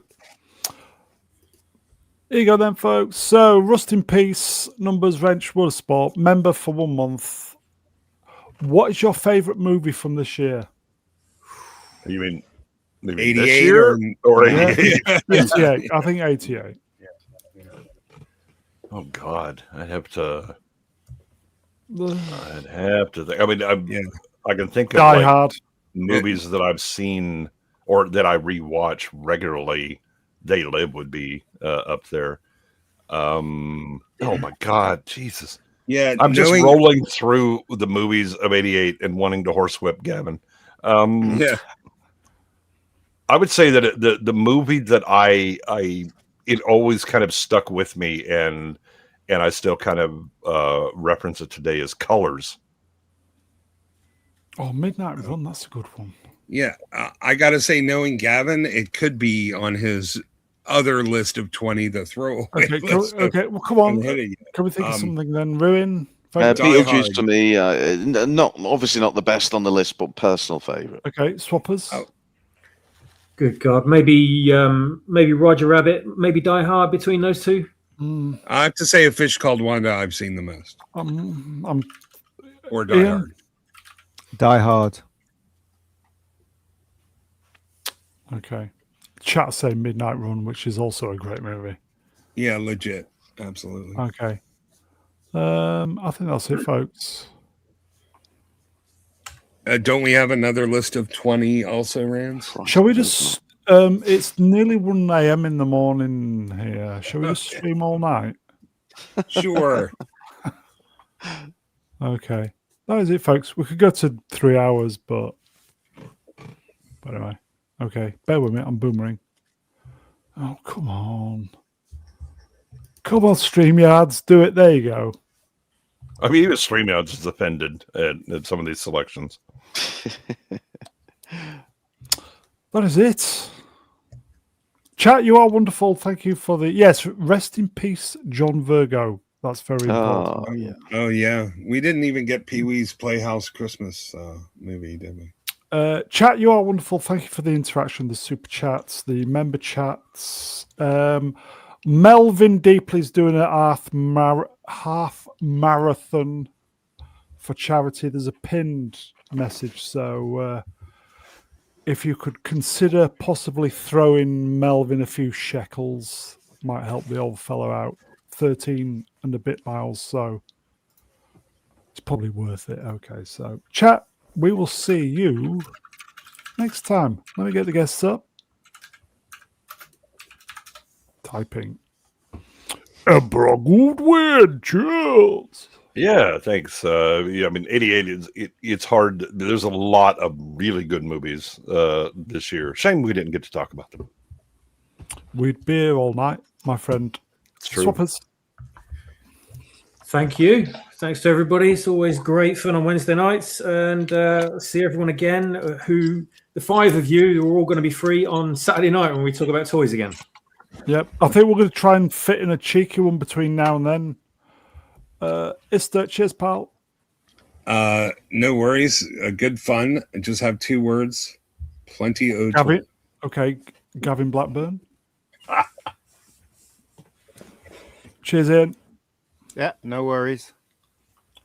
And last but by no means least, we're in yeah, good fun. I thought I was going to do all right tonight. I think I did do all right. I saw quite a few. You, I am going to go away. Yeah. I'm going to watch They Live. I'm going to watch Naked Gun. I promise you guys. Yes. But look, next week, if we are doing it next week, 1989. I'm just looking ahead. I'm not going to say it, but it's got 3 of my all-time favorite movies that you haven't seen. No, that I've seen many, many times and love dearly. So just for those 3, I want to come back and talk about them. Okay. That is it then, folks. We're going to try. The plan is we're going to try and fit in a cheeky stream or pre-record between now and Saturday, but we will be back on Saturday. I think we're going to hopefully Swappers finish the toys off. Oh, well. Yeah. We'll see. What did we say? We thought we could have done that in 6 hours, didn't we, originally? Originally, maybe if we were just whipping through them all, spending about 3 seconds on each, yeah. Yeah. But so here, finishing off and whipping. Is it week? It's week 5, isn't it? Oh, my God. Where's the time gone? Fucking hell. Okay. That's a lot of toys. That is it, folks. As I said, we're going to try and fit something in between now and Saturday. So it may be a pre-record. It may appear. We'll let you know. So that is it, folks. Take care. You're the best. You know that. Take care, everybody. Thanks, Gavin.